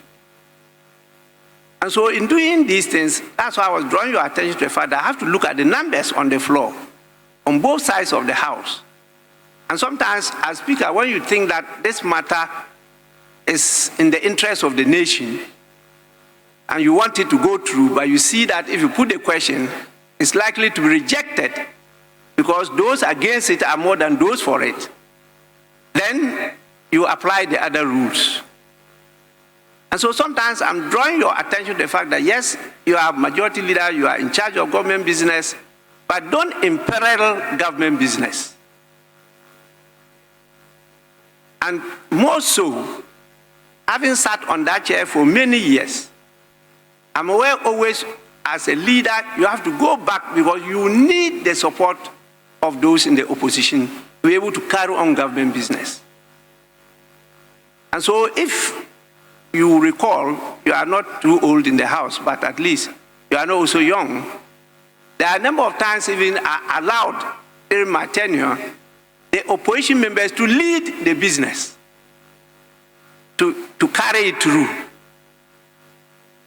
It's very, very important. It's not for the individual's glory or party glory, but the national interest. So please, I will hesitate to refer it back to the Business Committee to reconsider. I thought the guidance had been given, and I was proceeding because all the important items have been stated, telling the table office to put across in the order paper for tomorrow's consideration. But if you, as leader of government business, insist that we should see carry on with all, well, it's for you. Because I didn't only talk about even the challenge of time, I also talk about the season.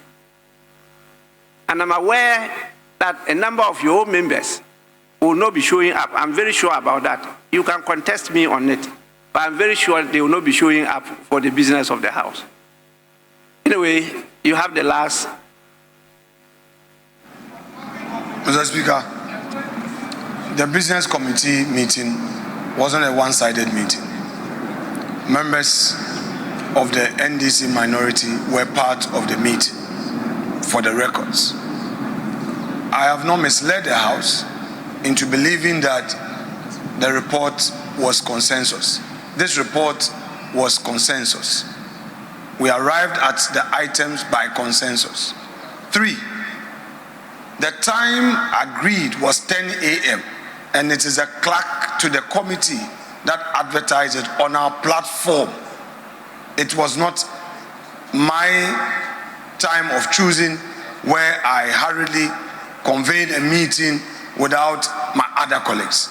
But I agree that when the meeting had closed and Dr. Forsen had come in, he had expressed his own views about some of the items, which views he expressed before you at the precedent deliberations. So, Mr. Speaker, I wasn't saying anything different. My worry is about the precedents we are setting on this matter. That the matter contained in the proposal should come before us. If it comes and we deliberate and we take a decision, that at that point is before the House. But if, Mr. Speaker, at this stage, it's going to be a novel practice for the House to say that Business Committee meeting, because there's a disagreement, we are going to reject or take some out and amend. Mr. Speaker, as it pleases the House, you are to guide us, and I will yield to the suggestions that you want to put across. But I find it a novel practice. I find it a novel practice. And again, and finally, the suggestion that some of these items are new are completely untrue. Mr. Speaker, these items have been pending for months and years, and my colleagues know. If we may not have our members, let's wait for that day. If our members don't come, I won't put it to a vote for me to lose a question. So, Mr. Speaker, let's get to the bridge and then we'll cross it. These are items that government want to pursue. If we get there and we don't have our 138, we'll step it down. But my colleagues should proceed to oppose it when the thing comes to a vote, rather than to prevent it from being discussed. That one, I disagree. And I want Hansa to capture him as such. Mr. Speaker, having made my point, the rest lies with you. Thank you. Anyway, honorable members, if you look at the order paper, item 10 deals with presentation of papers, which meant that there are new matters to be presented to the House. So when you say there are no new matters, it's not wholly true. And I did draw your attention to the agreements dealing with the military on behalf of the government of Ghana and the French government. That one, I had no knowledge of it, and we just seen it. So that's fresh business. And it's not only one. If you go through it, these are businesses to be presented. 10, A, B, C, D. There are businesses to be presented. So please, let's stop at this. But what happened at your business committee meeting is actually not on that discussion here. I think we should leave it at that, because I usually ask for better and better particulars.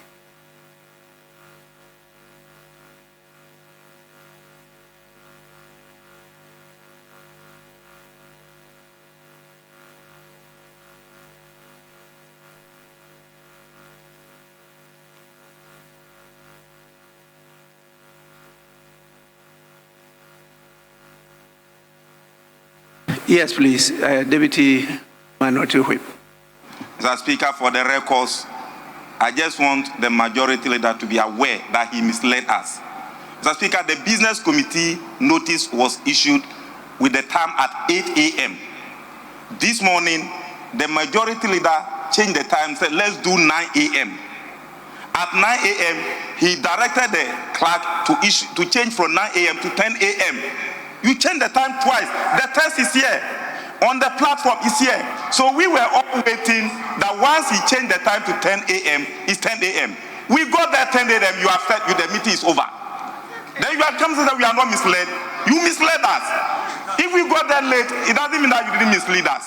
8 a.m. is the meeting take place at 8 a.m.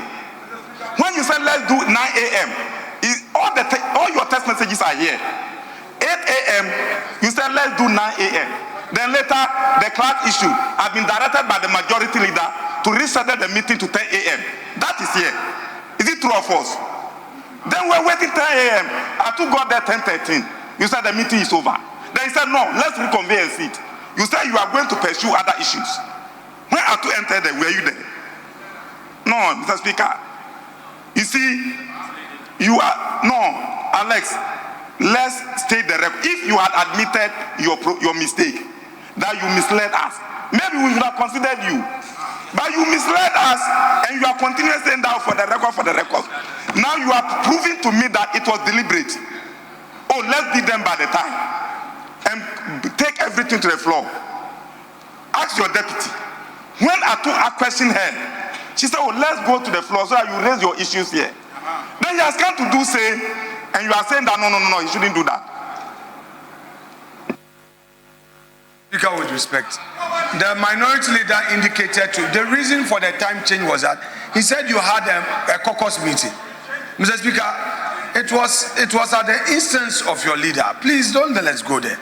The 8 to 9, 9 to 10 was because he indicated you guys had a caucus meeting.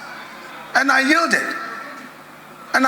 You may recall that on the same platform, we were to have the meeting last week. And Honorable Kwame Abuja, the chief whip, requested that we do it today. And I again yielded. It was not because I wanted to be, I built consensus with you. When there are some small errors, then you want to blow it out of proportion. Honorable Ahmed, we were supposed to have this meeting on Friday. You said you wanted it today. I immediately agreed. Your side requested for a change in time. I agree. They requested for it again. I agree. And then when we started the meeting, some of your members were there, and we started. So let's not go there. The point I've made is that if you have strong views, let it get to the stage where you can reject or otherwise. But to say that it shouldn't come at all, it's not acceptable.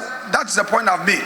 But I agree with Mr. Speaker that indeed I erred by saying that all the items have been on the business statement for some time. Some are indeed new, and that I concede on the correction made to my earlier submission by Mr. Speaker. I concede on that. Mr. Speaker, I believe we can make progress. Honorable members, the evidence at my disposal is that initially the meeting was scheduled for 8 a.m. And then both sides came with the fact that they have to have caucus meetings. So it was shifted to 9. At 9, the information was that they hadn't completed the meetings, so it was shifted to 10. That is the information at my disposal. And so this is what happened, which led to the change of time. We have gone past that. We are looking at the reality. It's a reality challenge. And so we will please keep what we have now, but we'll do what we can do. I will guard against decisions that could work against the interests of the nation. And therefore, there are some items that I will not want to endanger in a deliberation now. And so my advice will be for us to take that and let the incoming government come to consider it. That will be my advice. Because if you consider it now and maybe it's rejected or you bastardize it, we may not have the opportunity to reevaluate it and maybe take a better decision on it. So please, honorable members, let's end it here and then proceed to other items. I see the very senior veteran member of parliament, Honorable Cletus Avoka. Yes, thank you, Mr. Speaker.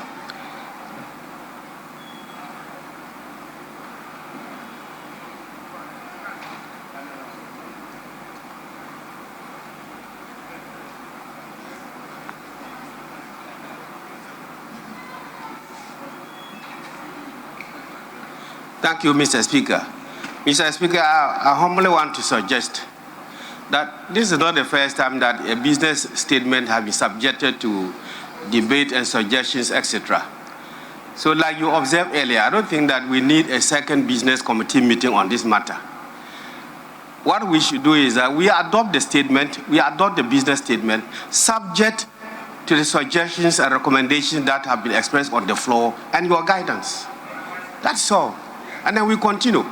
Tomorrow, as and when matters come, we do them. We don't need to go and have another meeting of the business committee to waste our time. We adopt the business statement as read today, subject to the amendments or suggestions that have been expressed on the floor, including your guidance. And we move ahead. That has been the practice. Former majority leader, the current majority leader is not in favor of it being subjected to any proposal, because that was my earlier proposal. But you are not against it being subject to. Oh yes, then let's go there. Please. Mr. Speaker, that was the very view I expressed. Hansard would bear me out. I use the word yes. You see, Mr. Speaker, you know, the incoming majority, because of the limited nature of the appointment, all of you may be redundant. All of you will be redundant at the back bench. and you would always be redundant. And they'll be looking for you, you won't come. Mr. Speaker, very soon, you will tell the incoming majority leader, look at your back, check behind you. There will be nobody. Because you all will be looking for things for your constituent. Mr. Speaker, be it as it may, I agree that we adopt the report subject to the views expressed, etc., etc. Let peace remain. Let there be peace. It's okay. Granted, I wasn't loud enough on this. Now, I bring clarity to it. Let's make progress. That is all.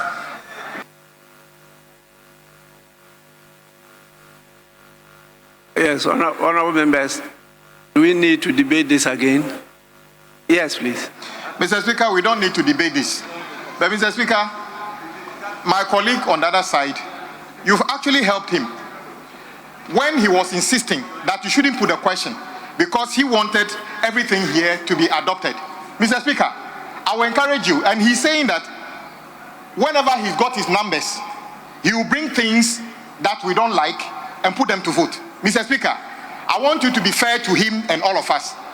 Put the issues, even the business statement, to listen. So if the House decide that we are rejecting it, let's reject it today, not on the day that he's got people on his side.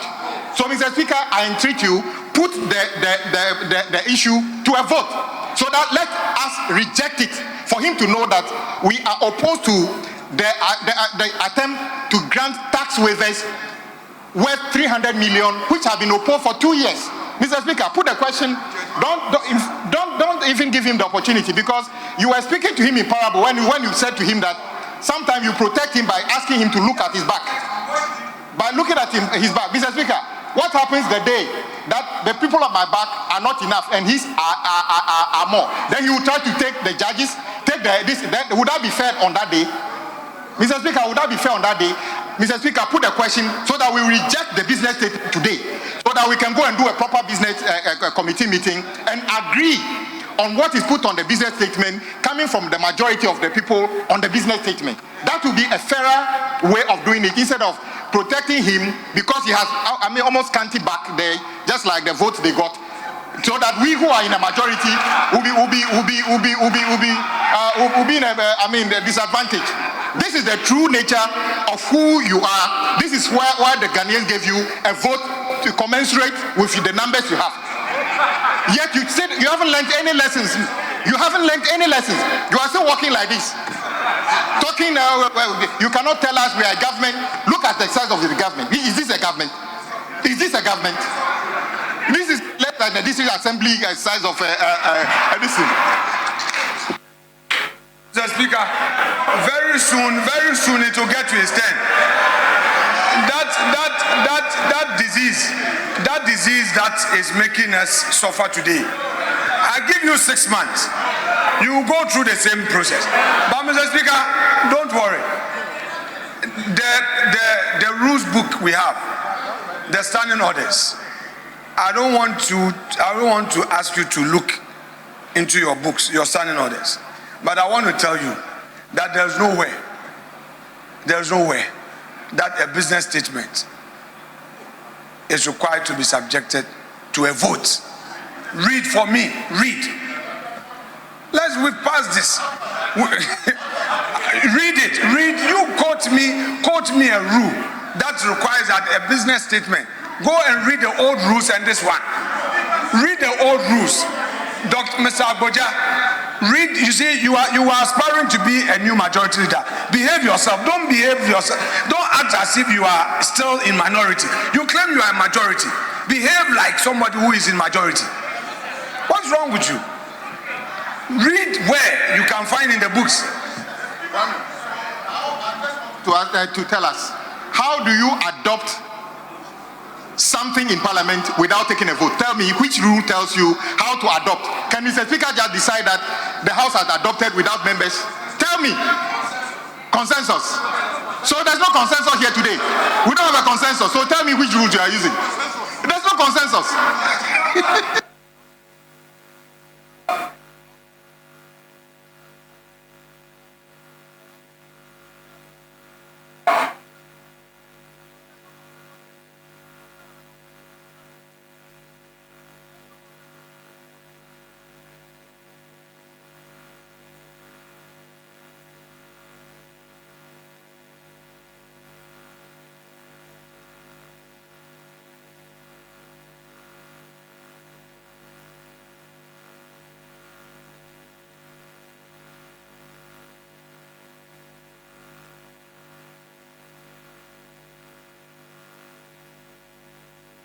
Yes, honorable members, the Business Committee report is accordingly adopted.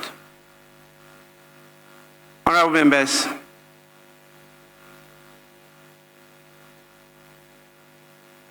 when I use the word accordingly, subjected to, you want me to use the word subjected to the comments made by members. These are rules that are developed through practice, because it's a report coming from a committee of the House.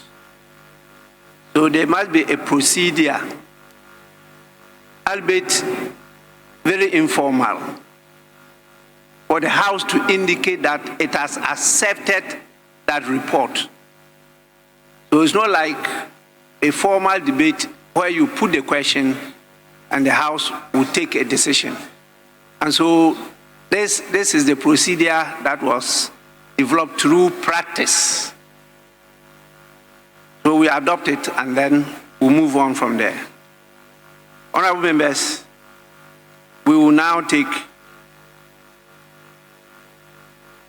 item 9 at the commencement of public business.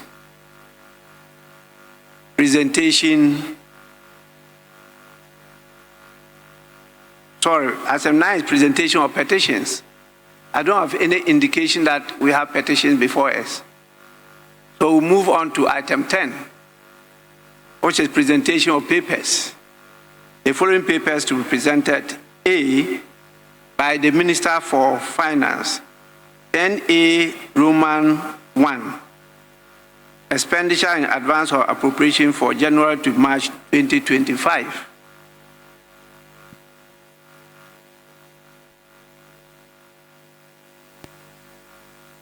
It's not ready. It's not ready.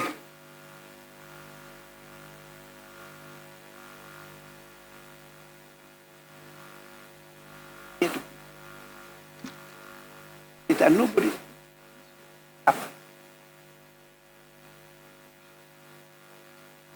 Yes, Honorable Chairman, suppose you want to present that paper? No? Speaker, I think the minister himself will be in charge. But as you know, there is a role for him to play at the transitions team meeting. So if you saw, he's been there the whole day. And the Speaker, the meeting is holding, and at the same time, there's also another cabinet meeting at 5. So I'm just walking there to inform him that he needs to present it. I guess maybe tomorrow it should be ready, or maybe latest the day after tomorrow. But I guess, certainly in the course of the week. I know the report is ready because I was given a copy to admit for the consideration of the Business Committee, which I did. The challenge we have now is whether there's any authority here to present it for and on behalf of the Minister for Finance. If there's none, then we could leave it to tomorrow, where he himself, as you indicated, he wants to be in charge of it. So we, honorable members, defer that item, and then we move on. Yes, please. Mr. Speaker, as you always say, we learn. Mr. Speaker, Honorable Chairman Sabonsu has laid papers in this House. In fact, he's actually even presented a budget in this House. I'm surprised that both the leader of government business and the Minister of Parliamentary Affairs do not have authority to just lay what you are talking about in this House. I don't want to believe there's any conspiracy. Mr. Speaker, one of them can actually lay this paper. Just laying. Normally they will tell you he's just laying, he's just laying. Honorable Chairman Saboso has laid papers for Finance Minister, Energy Ministry. In fact, one of the days we call him Minister for everything. So it is difficult for me to understand why my good friend Honorable Afenyo Makin would not even lay this paper on behalf of Finance Minister. Apart from that, Honorable Chairman Sabonsu, who actually has presented on record a budget in this house equal to being a finance minister, can lay this paper and refer it. Tomorrow we'll deal with it. Mr. Speaker, if they delay this and tell us this is one of the reasons we'll sit on Saturday, Mr. Speaker, that will not be fair to members. That will not be fair to members. They have all opportunity today. In effect, Mr. Speaker, the first day of resumption, the government has not presented any business. That is the fact. They haven't presented any business. Yet, the leader of the house is requesting for you to add another day, which is a Saturday. How fair is that to the people of this house?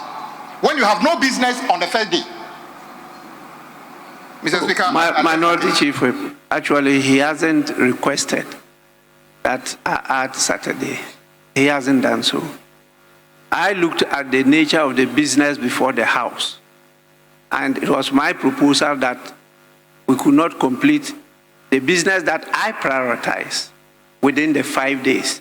So I added the Saturday. You have a good case because it means that it's a sign that they want to delay and then we'll be compelled to sit on Saturday. But also don't forget that times have changed. One of the issues I raised was the fact that maybe even what I admitted, because of the current situation, might have made some amendments. And that is why I took into consideration the submission by Honorable Osei Mensah Bonsu that the minister wants to take charge of it. He wants to do it himself. And so I just pleaded that let's defer it. If there have been that kind of changes, and he gets up to lay it, and maybe you ask, could you give us some gist of what is in it? Then he'll be hard put. Well, he could say something today, and tomorrow, when it's presented by the minister, it will be something different. So let's leave it to tomorrow for him to come and present. Or, Honorable Osei Chairman Zabonsu. Yes, please. Speaker, just to concur and indeed align with what you just said, that was the issue I was raising. And he knows that issues have come up recently in respect of some expenditures. The minister will have to evaluate these matters. It's not for me. So, Mr. Speaker, if the chief whip for the minority gets up and is, attributing or impugning some improper motives, Mr. Speaker, he has some uncanny ability of introducing these matters into otherwise very sanctimonious issues, and you should be guided. Actually, even if he did, those were not improper motives. They are proper motives. Speaker, if you heard him, I heard him. That it may be acceptable to some conspiracy. Yeah, if the intention is to delay it and to push the time to Saturday, that motive is not improper. It's proper. Mr. Speaker, the first leg is what I'm drawing your attention to. He sought to impute improper motives, that it might be some conspiracy. That's the issue that I'm relating to. And he knows that those words are very offensive. He knows. He should not be indulging in this. In any event, the Speaker, he's also been the chief whip for the minority for some time now. He knows that even in his status as the leader of government business, not a minister, he cannot present items for on behalf of a minister. I thought this is, parliamentary practice that you must learn, or that you ought to know. So to say that, because the Speaker, let me not go on that tangent. I'll forgive him for his trespasses. Yes, honorable members, the word conspiracy is not only negative, it's also positive. You can conspire to commit a crime. You can also conspire to prevent the commission of a crime. So we should not always look at it like how many of you do. You think that when they say you belong to a tribe, it's negative. No, those are the building blocks of society, and they are positive. So if they say you are being tribalistic, it doesn't mean it's a negative connotation. I don't ascribe to that view. It's the beginning of patriotism, loyalty, identity, and that is positive. It's not negative.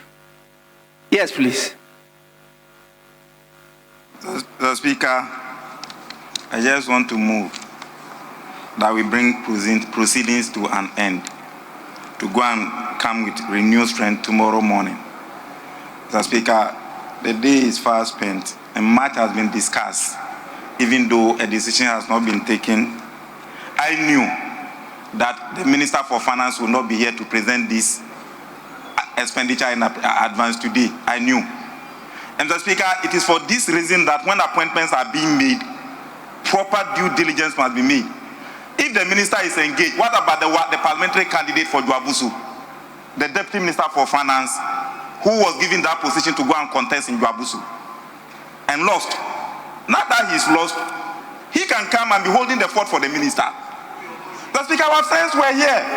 When if those appointments had been given to my good friend like Anyimadu, he would have started the motion. Really. The Speaker, even my good friend, Honorable Collison team, could have proceeded with business. But you go and give the positions to parliamentary candidates just to win votes. Now they have lost and they have no interest. See where we are. The Speaker, move that we bring proceedings to an end. I so do.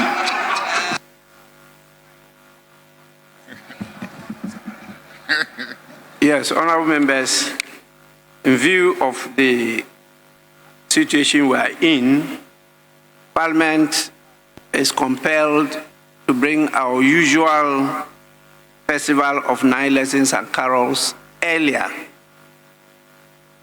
And it's proposed that it be held on Wednesday.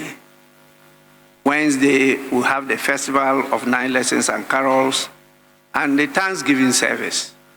As you know, it's usually in the presence of Parliament, and the usual time is 6 p.m. We have invited all the dignitaries. We invited His Excellency the President, and he will be represented by the Vice President, the Chief Justice, and all the clergy, and all those, sweet voices are going to be present. And I want to take this opportunity to